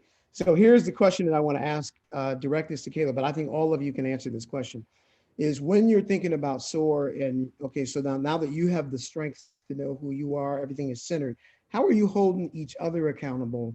And then how are you holding the body accountable called SOAR, right? And then what's the accountability look like outside of SOAR, even to our white, our Latinx and other friends? What does that look like? Yeah, accountability in what way? Like, well, so accountability, right, is you get it while you're in SOAR, right, for yourself. The question is then you get it as a group, right? Then there's a question of, you know, how do you get that outside the circle of SOAR, because you have chosen to be equipped that way. I'm interested in how each of you are using that, both to be accountable to one another and then accountable to your outside groups. Yeah, that's a good question. Well, I think like the language that SOAR uses that helps me is that you're not like in it, and so that you just kind of equip it with you and take it with you wherever you are, not just rather than like just in the group. And I think that helped me. I know I was having a conversation with someone who lives in right outside of Indianapolis, and she goes to a school that it's just, you know, it's different. And in a way that like it's a Christian school that just has a lot of things going on. And when we were having conversation, I brought a lot of the things that I learned from SOAR into that conversation. And she had to be like, back up, like, you know, like, hold on, let me, you know, understand. And I think what SOAR has helped me with in teaching me the languages that follow through with it is that, like, you know, the language in itself can be oppressive. And so taking the, you know, the roots of the language, like the meaning of it, and that like we don't have the language to express like what we need to express. So the creation of language is important as well. So like having that balance, you know, like I need this language because there's nothing else, but at the same time, I need to communicate this language to other folks, but this language is new, so not everybody's gonna understand it. You know what I'm saying? And so I think that part is a struggle, but that everybody has like different stories to connect with the language itself. Like I talked about my grandmother, she, the person I was talking to talks about like, oh yeah, in this instance, this happened. And so I think like stories connect that language because like the language is representing Blackness, but it's just new. You know what I'm saying? I do. Practice, practice, practice. Others, I know Larissa has a follow-up. Others. I think you could keep us all talking. So we're. Oh, yeah. I wanted to make sure the others had a chance. Yeah, I was gonna say, go ahead. Sorry, you can go. Okay. I was gonna say that for me, I definitely take a lot of like the stuff that I learned from SOAR to other places as well. And I want to tell like a small story about me being in Minnesota with my family. It was me and my mom and this white woman. My mom is also white. My dad's Black, my mom's white, so I'm mixed. And we were sitting with this lady because we were at like kind of like on the lake where there's kind of like a little bit of a camp, like people can rent Airbnb cabins, and we were staying in one cabin and random people from other places were staying in other cabins.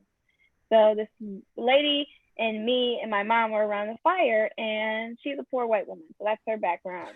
She's a what? And a poor white woman. Okay. That's her background. And she starts asking us about race and saying, she basically asked me, I don't understand why like all this is going on in the world. Like I don't see people's color. Like I don't understand why people can't just be nice to everyone. And so it sparked a conversation.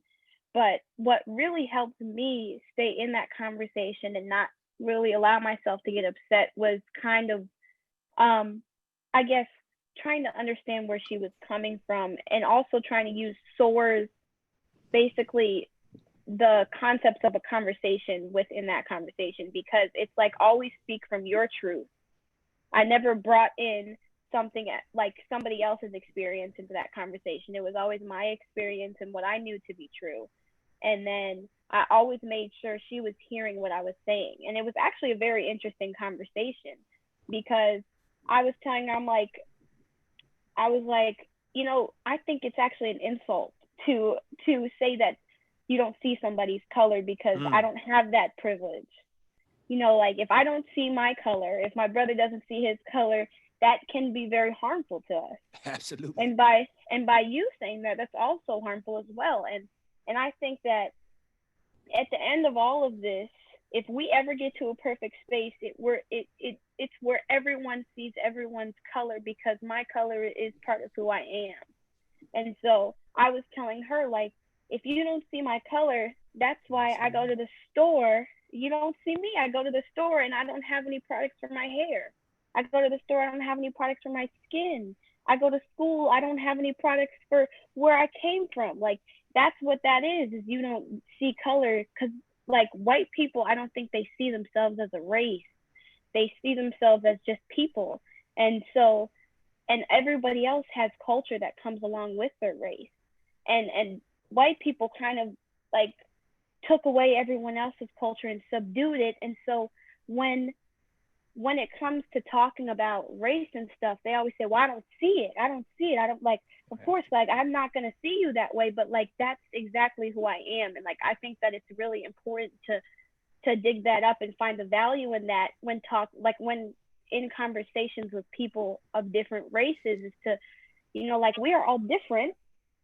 That doesn't make us not people. We all have the same value, but we have different things that come along with us. And it's important to recognize that. No, speak, sister. I just say that grounded identity is, and the shared experiences, right? Is if you know who you are and they know who you are, that's where the common ground comes from. Yeah. And until you are ready to seek common ground, yeah, then I can help you. Back to be honest, that's a burden. If you're not looking for it, that's a burden. Yeah. Oh. Others, I don't want to leave them out. Any other reflections? Nora or Leanna? Yeah. Yeah, I just going off of what Kayla and Carmia said, we're talking about how we're holding each other accountable. And the first thing I kind of thought of was a lot of times in the school setting, you know, outside of SOAR, when we had normal school, we would have, you know, SOAR lunch, we would all come and gather during lunchtime and have this really amazing, loving space. But sometimes for me, I would leave that space and then, you know, I would be caught off guard in a classroom and someone would say something and I would be, whoa, like, you know, that was racist. And I think SOAR has really taught me to slow down and stop and say like, hey, like, what do you mean by that? And I think that is one of the like biggest tools I've learned to use, is to just slow down the conversation and really allow someone else to reflect on how they're using language. And then also kind of going off of what Carmia said, I think I use this in my personal life. You know, I'm also biracial. I'm someone who's Afro-Latina. So like being two races who are, like I'm not white, but you know, sometimes one of my, you know, extended family sides will say something that is prejudiced towards, you know, my other race. And so I'll, again, like use that kind of language and say like, whoa, like, you know, what did you mean by that? Like what, you know, what was the thinking behind, you know, a microaggression or something you said? So back again, I have another question, but I want to remind people that we are looking to raise funds here so that programs like SOAR can thrive and soar. Please text 76278 to booster, or text Boosterpalooza to 76278. Remind us, and then I have another question. What does SOAR stand for? So for those who might have just come on. Students Organized Against Racism. And Carmia, you were speaking about our culture and not having a culture, but we do have a culture that's deep, that has been taken from us. It's been colonized. But here I'm looking at Nora's background, and Nora has a print of Billie Holiday.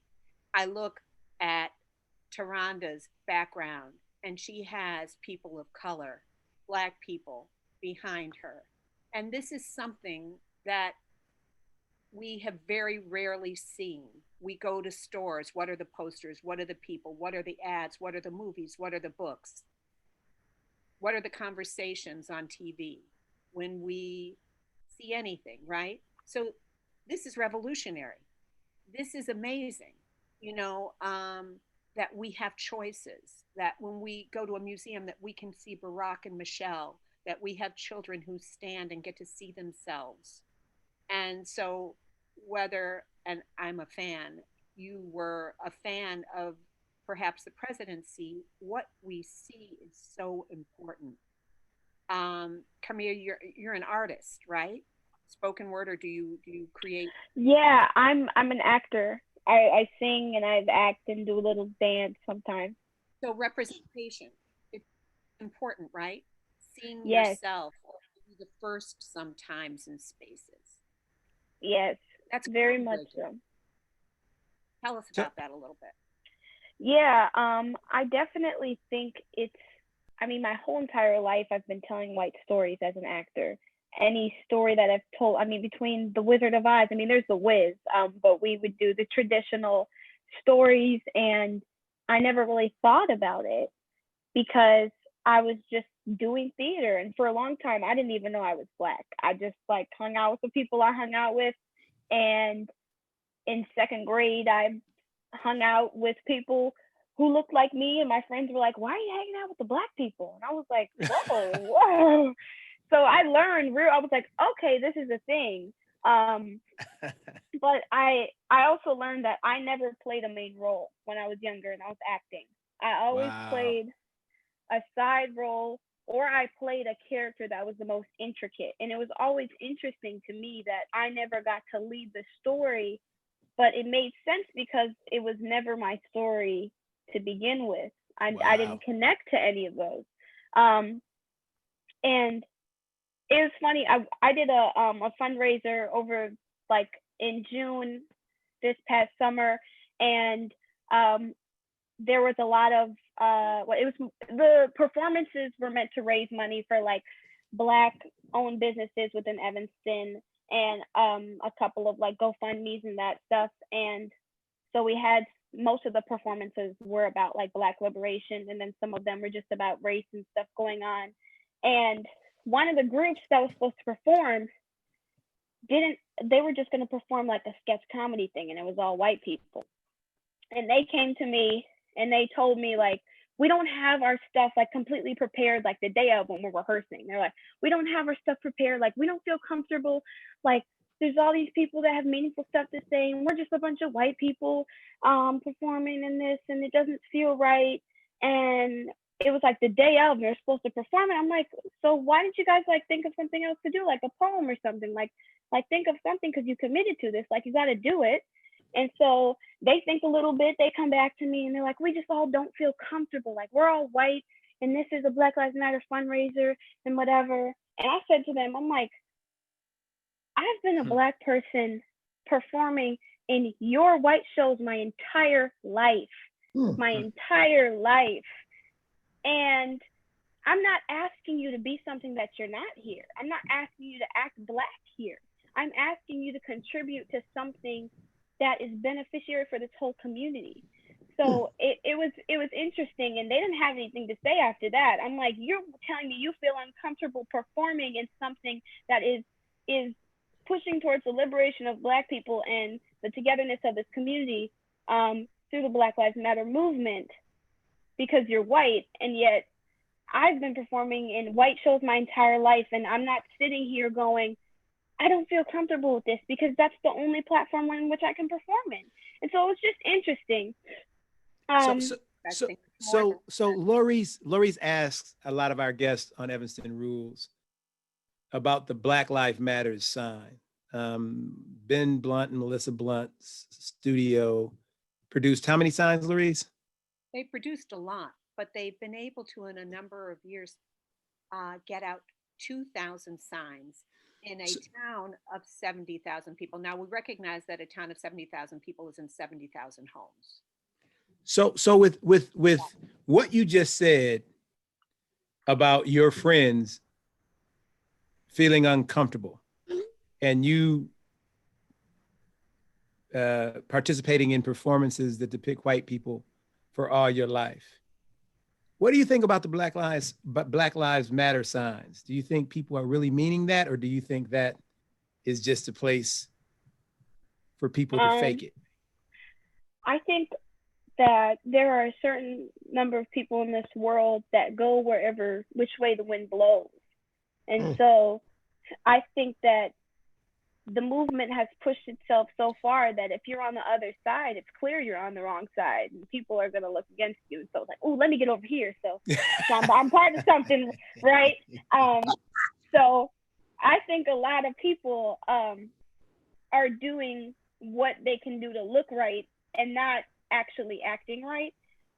That's what I see, because a lot of people who come out, there's like 5,000 people who came out to the Evanston Fight for Black Lives protest that Liana and her whole group set up, and yet there's not 5,000 people doing activism.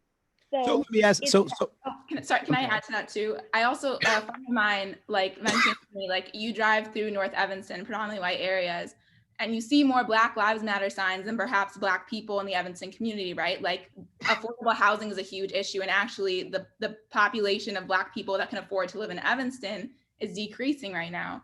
And so I think there's this whole, essentially, especially in Evanston Fight for Black Lives, as we're pushing for, defunding the police and investing in brown and Black communities, you have all these people very willing to put up this Black Lives Matter flag and paint it and say that they support it, like the mayor, XYZ, our schools even. And when push comes to shove, like, they're not willing to take on, police forces and, the teachers that are doing really bad harm within ETHS, they're not willing to take those on.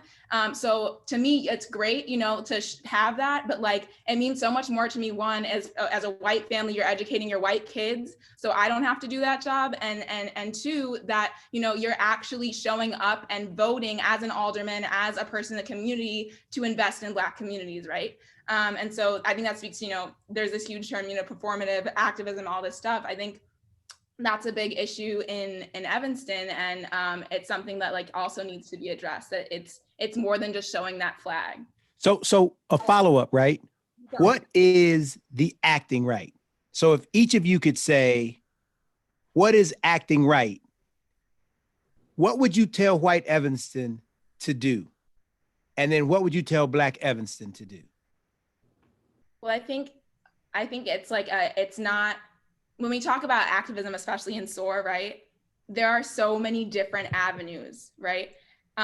We have scientists, we have artists, we have future politicians, all of these avenues. And that's exactly what it is. Like, as a white person, I cannot tell you, you have to, you know, read your literature and you know, and invest yourself in this like critical Black thought. But there's so many other things that you have to be doing. And like, I think that's the problem, that we try to say, okay, well, you shouldn't say the N-word and you shouldn't do these things, when in reality, you know, Blackness was formed like out of this context and these experiences, which can't have like a yes or no, do this, do that. And so I think a lot of times, especially teachers, like, they're like, okay, well, can I say this or can I not say that? And that comes through experience, through talking to Black people.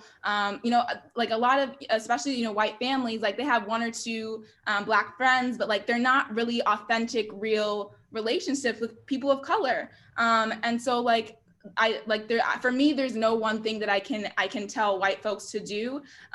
It in fact takes a lot of struggling, a lot of learning, like it's a journey. But I think it does involve a lot of reading, a lot of talking to people of color, a lot of decentering their voices and just stepping back. And then for Black folks, I mean, I think something that Lauren Davis, another amazing member at ETHS, said is this concept of all Black lives matter. Are we talking about trans Black, you know, queer people? Are we talking about all these issues in the Black colorism? Are we talking about that in the Black community? And that's how, you know, that's what I would tell Black folks. Like, we have our work to do as well, very much so, because we've been in this white culture that's just kind of ripped us apart for so long. And even in terms of like how we relate to other racial groups as well, like Latinx folks and Asian folks, like we have a lot of unlearning to do to kind of mend those connections, because history has just been told in this very white, Black binary, and that's just not the case. We've left out so many stories. And so, yeah, like that complicated answer is how I would answer that, right? Like there is no one thing that you can do. Let me so important, let me say this, Ron. It's so important, I think, Excuse me, Mike. Hello? Are you Yeah. able to hear me? Can Yeah. we also continue so that the other members can answer that same question? Yeah, I just want to paraphrase here just for a second. I think it's important to say this. If you are not having the conversation in your house, it is very hard to have it on your front door or your front porch, right? And in your neighborhood. So I think what you're saying to people is you have to really deal with your own personal self. Then you are equipped to have broader conversations, and it doesn't stop with just Black and brown, right? We have to, Black and white, we have to extend it. I think that's a really important point to make. Oh, for sure. Because just to give context, like, Hey, I want Mike to own that. Mike is saying that, and Mike, you're absolutely right. Yeah, I'm owning that. I'm reflecting on my new y'all inspired my Mbaku. We can't hear you. Clarice, we can't hear you real good. Are you not able to hear me? No, we're not able to hear you real good at all. When you try to get in, it doesn't sound right. Sorry. Okay. Hold on one second. Are you able to hear me better now? Yes. Yeah. Okay. So let's continue that question, because I think everybody probably has something to say about that. So I mean, I just go back to, I don't know what I would tell white folks, to be honest. I mean, I probably wouldn't tell them anything, but but for Black folks, I'm taking this class right now, and it's an AFAM performing arts class, and it kind of goes back to the last question about representation, and Carmia was talking about theater as well. And I think one thing is, like,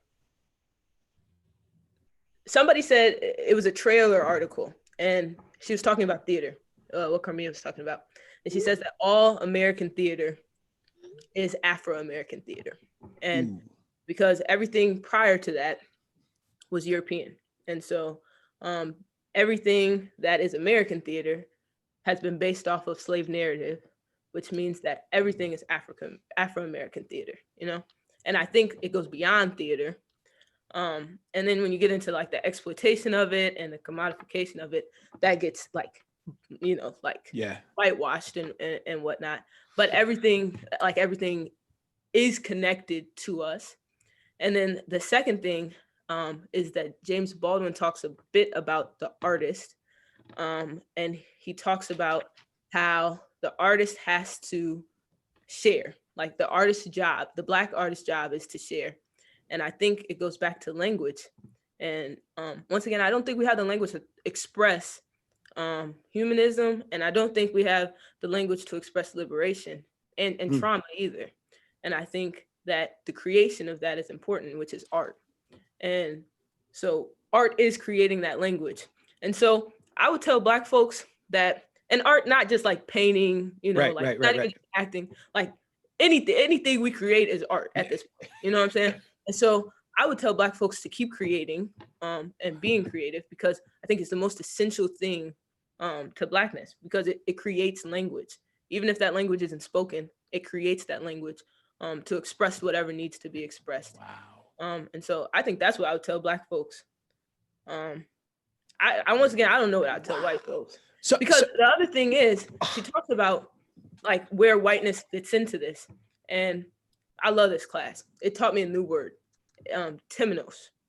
And it's like this barrier kind of created around language that lets you in as much as you need to be let in, but also keeps you out. You know what I'm saying?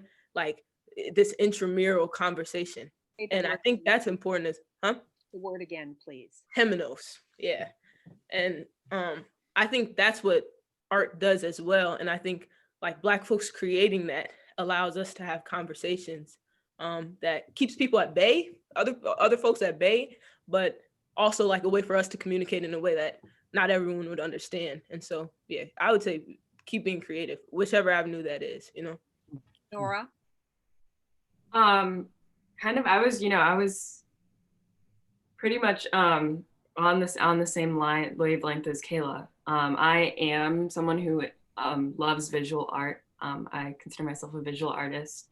And for Black folks, you know, I think I completely agree. And I think being able to express yourself, through any way possible is kind of what I have been able to do to feel like comfortable. And then, you know, what I hope others can't have the space to do and are given the space to do. Another thing I think I want to talk about is like intersectionality. So like hearing the stories of so many different identities in the Black community is something I wish I could tell every Black person, because, you know, I don't know, I guess it's just like all Black folks aren't Black folks aren't liberated until we're all liberated, and like no one is invisible anymore. For white folks, you know, I wrote a few things down, you know, I think kind of as Kayla was also saying, you know, there's this huge commodification, I think, of Black art especially. And I think when you internalize and like think harder about, you know, why you're choosing to or who your art is coming from, like the way you dress, you know, music you listen to, and like decentering yourself from it, and when you're not like taking away from someone else, I think, and you're changing the conversation about Blackness instead of, you know, saying, oh well, you know, I'm this identity, I'm a woman, and like trying to match that to Blackness is, you know, I think something I wish I also could tell white people. Carmia? Yeah, I definitely think for starting off with white people, I'd say get uncomfortable. I think that most white people, 99% are just very comfortable in the world that we're in, and comfortable not knowing about all the bad things that have happened to people of color in this country, just comfortable being where they are and sitting on their throne of privilege. And they need to be in spaces where they are uncomfortable, and they need to sit in that and be okay with that, because I think that's gonna stick for a long time. You're gonna be uncomfortable for a very long time, and that needs to be okay. So be okay with being uncomfortable is what I'd say, and seek diversity outside of your circles constantly in your life, because I think that a lot of white people surround themselves with like-minded white people, and that's where they continue the ignorance in their life. Wow. So find that that's one of the things that we noticed, or I noticed growing up, that when we were very young, there were groups that were much more integrated. And as we got older, people separated.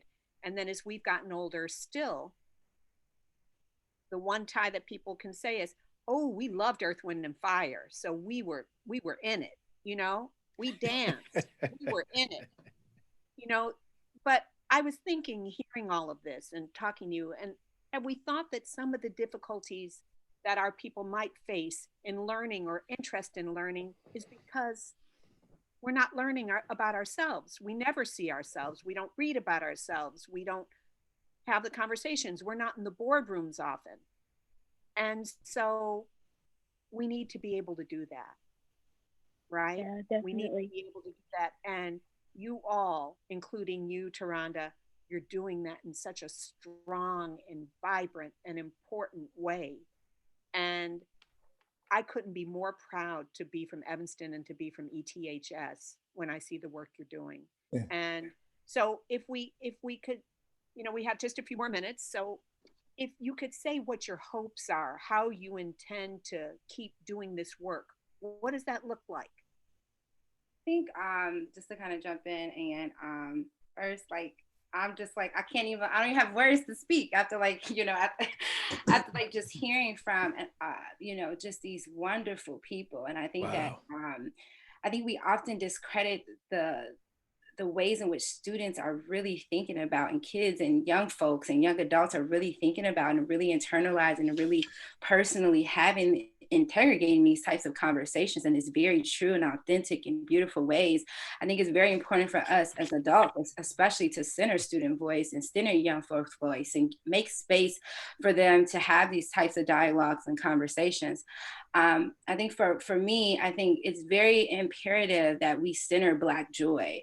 And it's very critical for social movement, social power, that we really make space for Black joy to live and to be pervasive in any and all of these spaces that exist. And until we start to center Black joy, we will never see the full humanity of Blackness. And I think I talked about this a little bit earlier.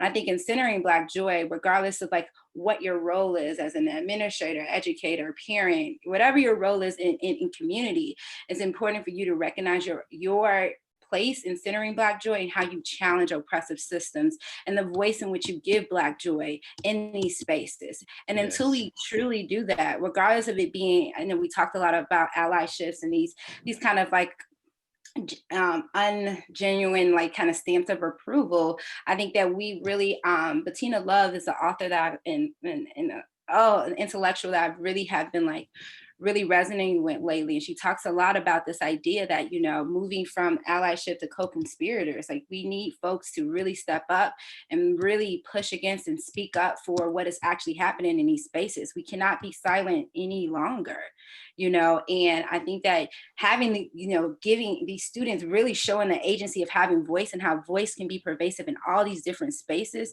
I think this is kind of speaks to what we were talking about a little bit earlier. How do we reach folks who are not having these conversations or are left out of these conversations? We light the torches of these young folks and give them the power and agency to just shine. Like they just, it's just something that I think this work truly pushes beyond what could exist. It's reimagining how this work can be done and really giving ownership to folks who we've left out of these conversations. Young folks have been left out of these conversations.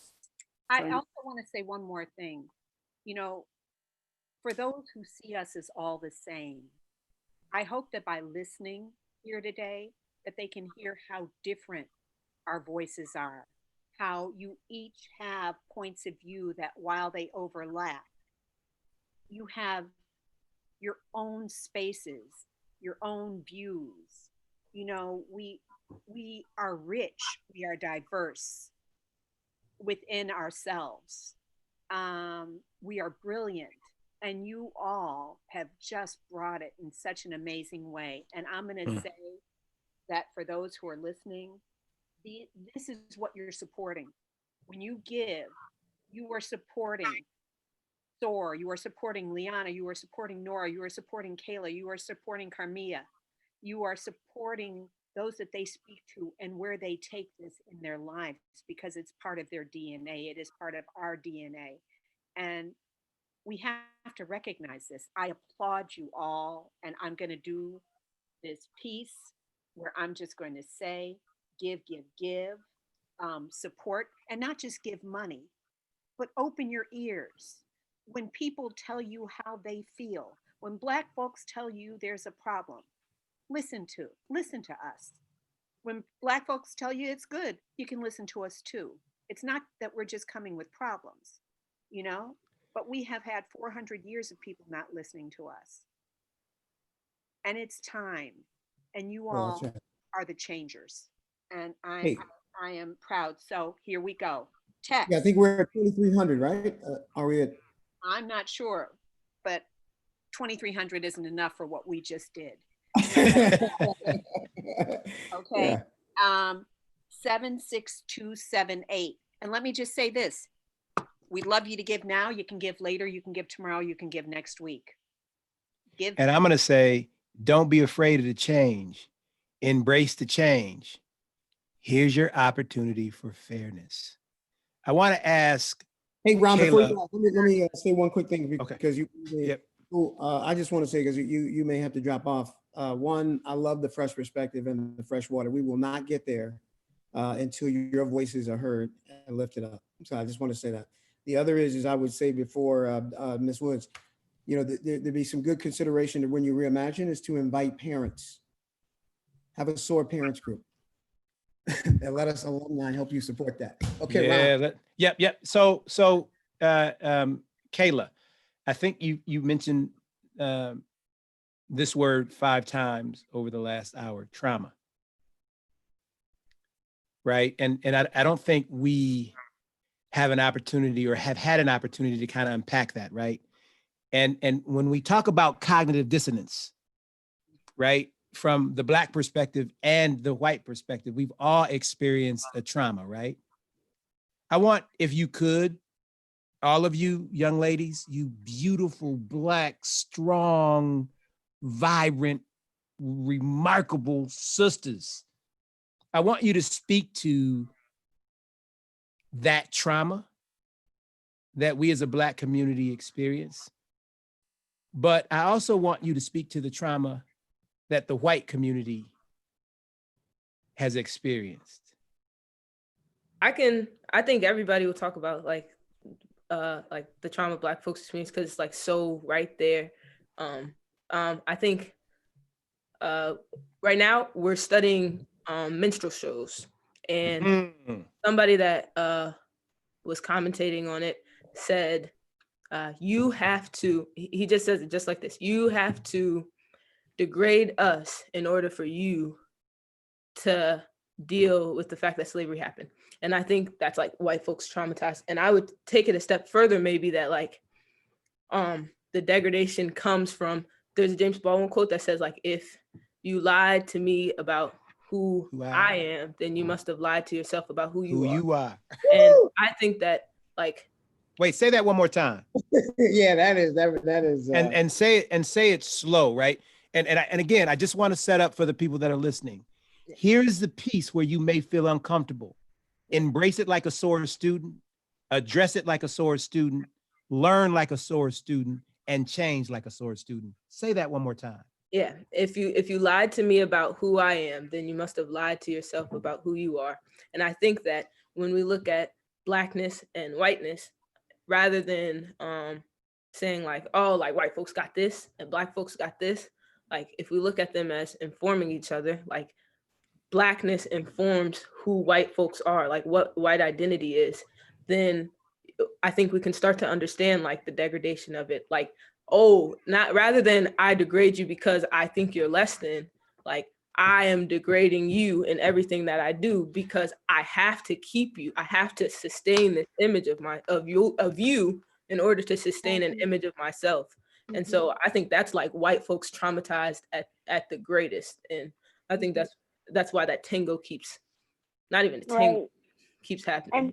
And to go off of that too, really quick, I wanted to say like that also, like I think white people's biggest identity is white privilege. And like, I think that that's genuinely painful. I think it's painful to uphold a system that oppresses so many people.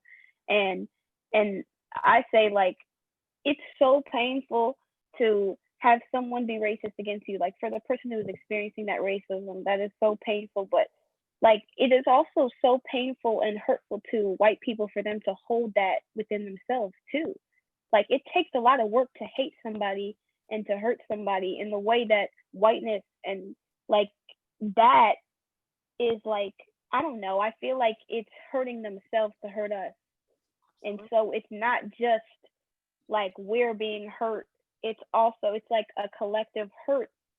And that's the reason we're being hurt, because they're hurt, like it's like hurting themselves to hurt us at the same time. And I don't think it's something that's genuinely joyous. I mean, on the outside, it's like, oh, I like doing this, but it's like that is hurting you. And I don't think a lot of people see it either.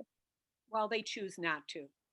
They choose not to. It is a choice that people have made for so long. Yes. They believe that it's something that they cannot do. We're done with that. I don't want to cut you off. I absolutely want to have you all back if you would be willing to come and do the podcast, and we can record that. But we want to offer the audience to come on and with any questions you might have that we can relay to the SOAR members, because as we know, these people have a lot of important things to say and a lot of important opinions, and it's time that we listen. Yeah. Anyone have anything that they'd like to? I'm watching the feed too, and I know Evan is back. And I'm getting back to give now. I want us to be conscious of ending on trauma. And I think that for so long, like Black folks have been conditioned to end with trauma. And I don't want us to end this conversation like focusing on Black trauma, and really create space to talk about liberation and talk about joy and center those types of conversation, because I think that for so long it's become exhausting to end on trauma, to begin with trauma, to have trauma exist within the spaces that we are in. So I think it's important for us to recognize that yes, trauma has happened, yes, trauma continues to happen, but not center and end on trauma. So I really want to make space for that. And as we sit here, we see the power in this room. We see the power in these rooms. We see the bright lights. We see people going out who are doing art, who are acting, who are performing, who are making differences. And we can do this around the world. My neighbor Louise, who is an ETHS student, is texting me talking about how, and she's part of Talking Whiteness, and she's texting about how much she loves her classmates. And that type of humility and that type of support is unbelievable. So again, you are some powerful sisters, and y'all have an adopted father anytime y'all need it. I just want to learn. And, this is the incredible thing is, sometimes in our age range, we forget, we think we have so much to teach. But if we just open our ears, Black, white, Asian, Latinx, Middle Eastern, Arabic, we have a lot to learn. And so just sitting here and hearing you, I have gotten so much more out of this conversation than any question I might have asked you. It's the way that you've answered and what you bring. And I can only imagine that you bring this with you wherever you go. They say that saying, you take yourself with you wherever you go. And you all should be so proud to be who you are. And I can't imagine you're anything but. And I see Taronda here, and I feel exactly the same way. I am honored to have been a part of this conversation. Yeah. It will stay with me, and you're teaching people wherever you go, and that is a gift. Absolutely. That is a gift. That you could have a conversation, Carmia, and not lose your cool when someone says that to you. And because what we do find is the people who say, things about not seeing race, I'm going to tell you, I've never had a Black person say it to me. So keep doing what you're doing. Do we have any questions, Mike? That's it. Hold on. Oh, well, I think we have one here, you know, how do these outstanding students see carrying their efforts over to college for those who are on the campus? Yeah, I can speak to this a little bit.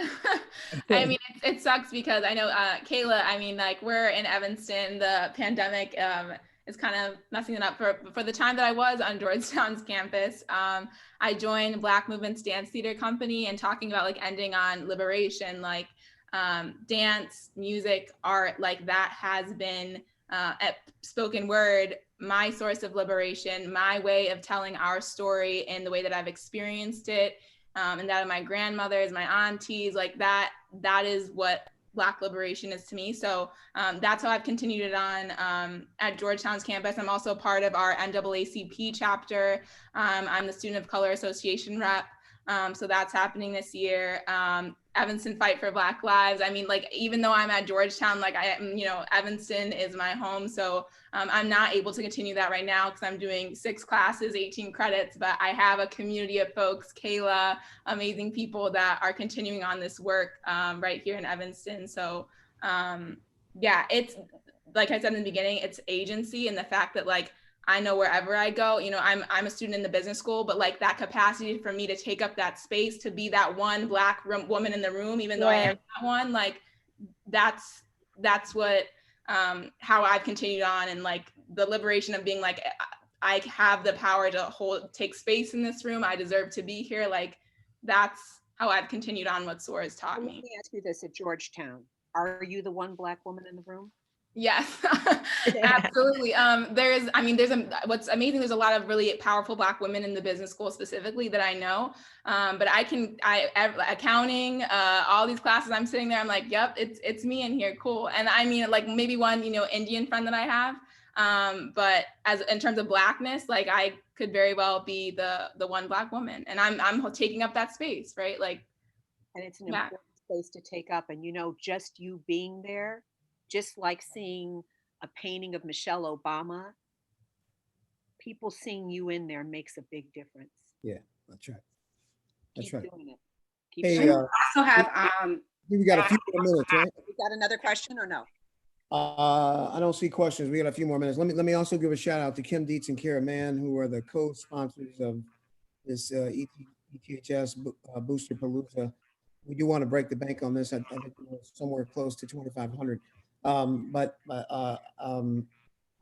Let's just make sure people know that they can continue to give. I think Rachel mentioned that earlier. And the text to give is the Boosterpalooza, ETHS Boosterpalooza 76728. You can still give. You can jump on that website. Don't forget to give. And yes, you can tell folks to expand SOAR.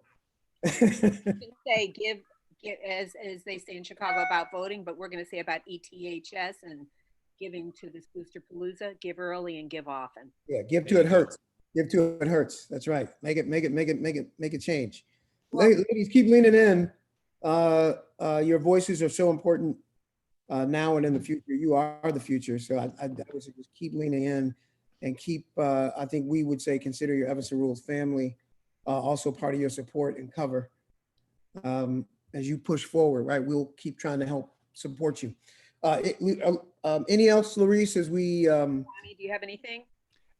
Again, Miss Wood, I got to give you a shout out. When we first talked to you a couple of days ago, I'm just so humbled and impressed by your power, your strength, and your brilliance. And then to again talk to you, beautiful young Black women, and to hear your strength and your voice, you do your ancestors proud. Yeah. So keep paying it forward, promise to be unafraid, and always tell your truth. Yeah. By any means necessary. That's right. That's right. Ms. Woods, do you have any final words? Anything? I know your intellectual homie, Mr. Corey Winchester, helped too. So we want to make sure we give a shout out to Mr. Teacher of the Year. I gotta shout out my intellectual homie. You right. Well, that's what we are. We intellectual homies. No, Corey has been doing this work for a very long time. And I have just been honored and blessed to work with Corey. You know, when I first got to ETHS, he was one of the first people of color that I came in contact with, that I had one of those truth moments with. And I think that he really does, this work is so engraved in like who he is as a person, that it really does make it, it just makes it a beautiful like journey just to be on with someone that is so passionate about this work. And I think that he does a great job of, you know, centering student voice and creating space for students, and just opening up, you know, his door to make sure that students know that they have a place and someone there, you know, to go on this exhausting journey with, because we know that this is all exhausting, you know. But he really does center, you know, radical love, and like really making sure that this journey is centered in love. And I've been blessed to like have, you know, takes a little bit of his space up, you know. But I really do want to create space for him, because I think that he really does speak to a lot of the work that has been done, in SOAR in particular. Bravo. Can we get a closing word from the young sisters, each of them? Yes, that's a great way to close out. Thank you. I'll close with one. I'll say love liberates. And I thank Liana for bringing that in, because this work has to be centered in love. Liana? Back to Miss Woods, love liberates. Nora? Yeah, thank you. Yeah, thank you. I think this was really just, I'm so happy to be in y'all's presence, and just, especially on this gloomy day in Chicago, it gives me so much warmth. So much love to all of you. Thank you. Nora? Yeah, I think Ms. Woods took the words right out of my mouth. If anyone wants to check that out, it's Love Liberates by Maya Angelou, this beautiful video she has. But I just want to thank you all for letting me come on and speak my truth. I'll use my moment to shout out Miss Woods, because Miss Woods, she knows that I love her. But I think when you talk about like love liberating and radical love, I think like Miss Woods does a lot of that within SOAR, and like it's the base of that. So I would use love liberates, but yeah, shout out to Miss Woods, and thank you for having us, for sure. Yep. Mia? Yeah, Kayla just spoke. Carmia? Yeah. I say do whatever completes your soul. Soul completion is the way that you should go about your life, and love liberates. That's my favorite thing to say as well. Thank you so much for having me. Hey, you bet. Hey, thank you, sisters. Yeah, to all. Hey, stay on the feed. Make sure you are staying on. There's lots of entertainment later in the day. To Max Shapiro, no, we're not celebrating White Sox. This is a Cubs day. But I would say stay on. We are very thankful and appreciative to my co-inspirers. Listen to the podcast because not only will we have these students, but there's lots of truth telling that is on that podcast. Thank you all. Wait, I've got one more, because Okay. we are doing Love Liberates. I'm going to read it here for everyone real quickly. Love liberates. It doesn't just hold. That's just ego. Love liberates. It doesn't bind. Love says, I love you. I love you if you're in China. I love you if you're across town. I love you if you're in Harlem. I love you. I would like to be near you. I like to have your arms around me. I'd like to hear your voice in my ear, but that's not possible now. So I love you. Go. Dr. Maya Angelou. Yeah. Orange and blue. Orange and blue forever. Orange and blue. Yeah, we got to put it on, right? Orange and blue forever. Let's stay connected. There you go. There you go. Thanks, guys. Bye-bye. We will fight for you. Yeah, There that's you right. go. Yeah, Bye. Bye, everyone. Bye. Thank you for joining.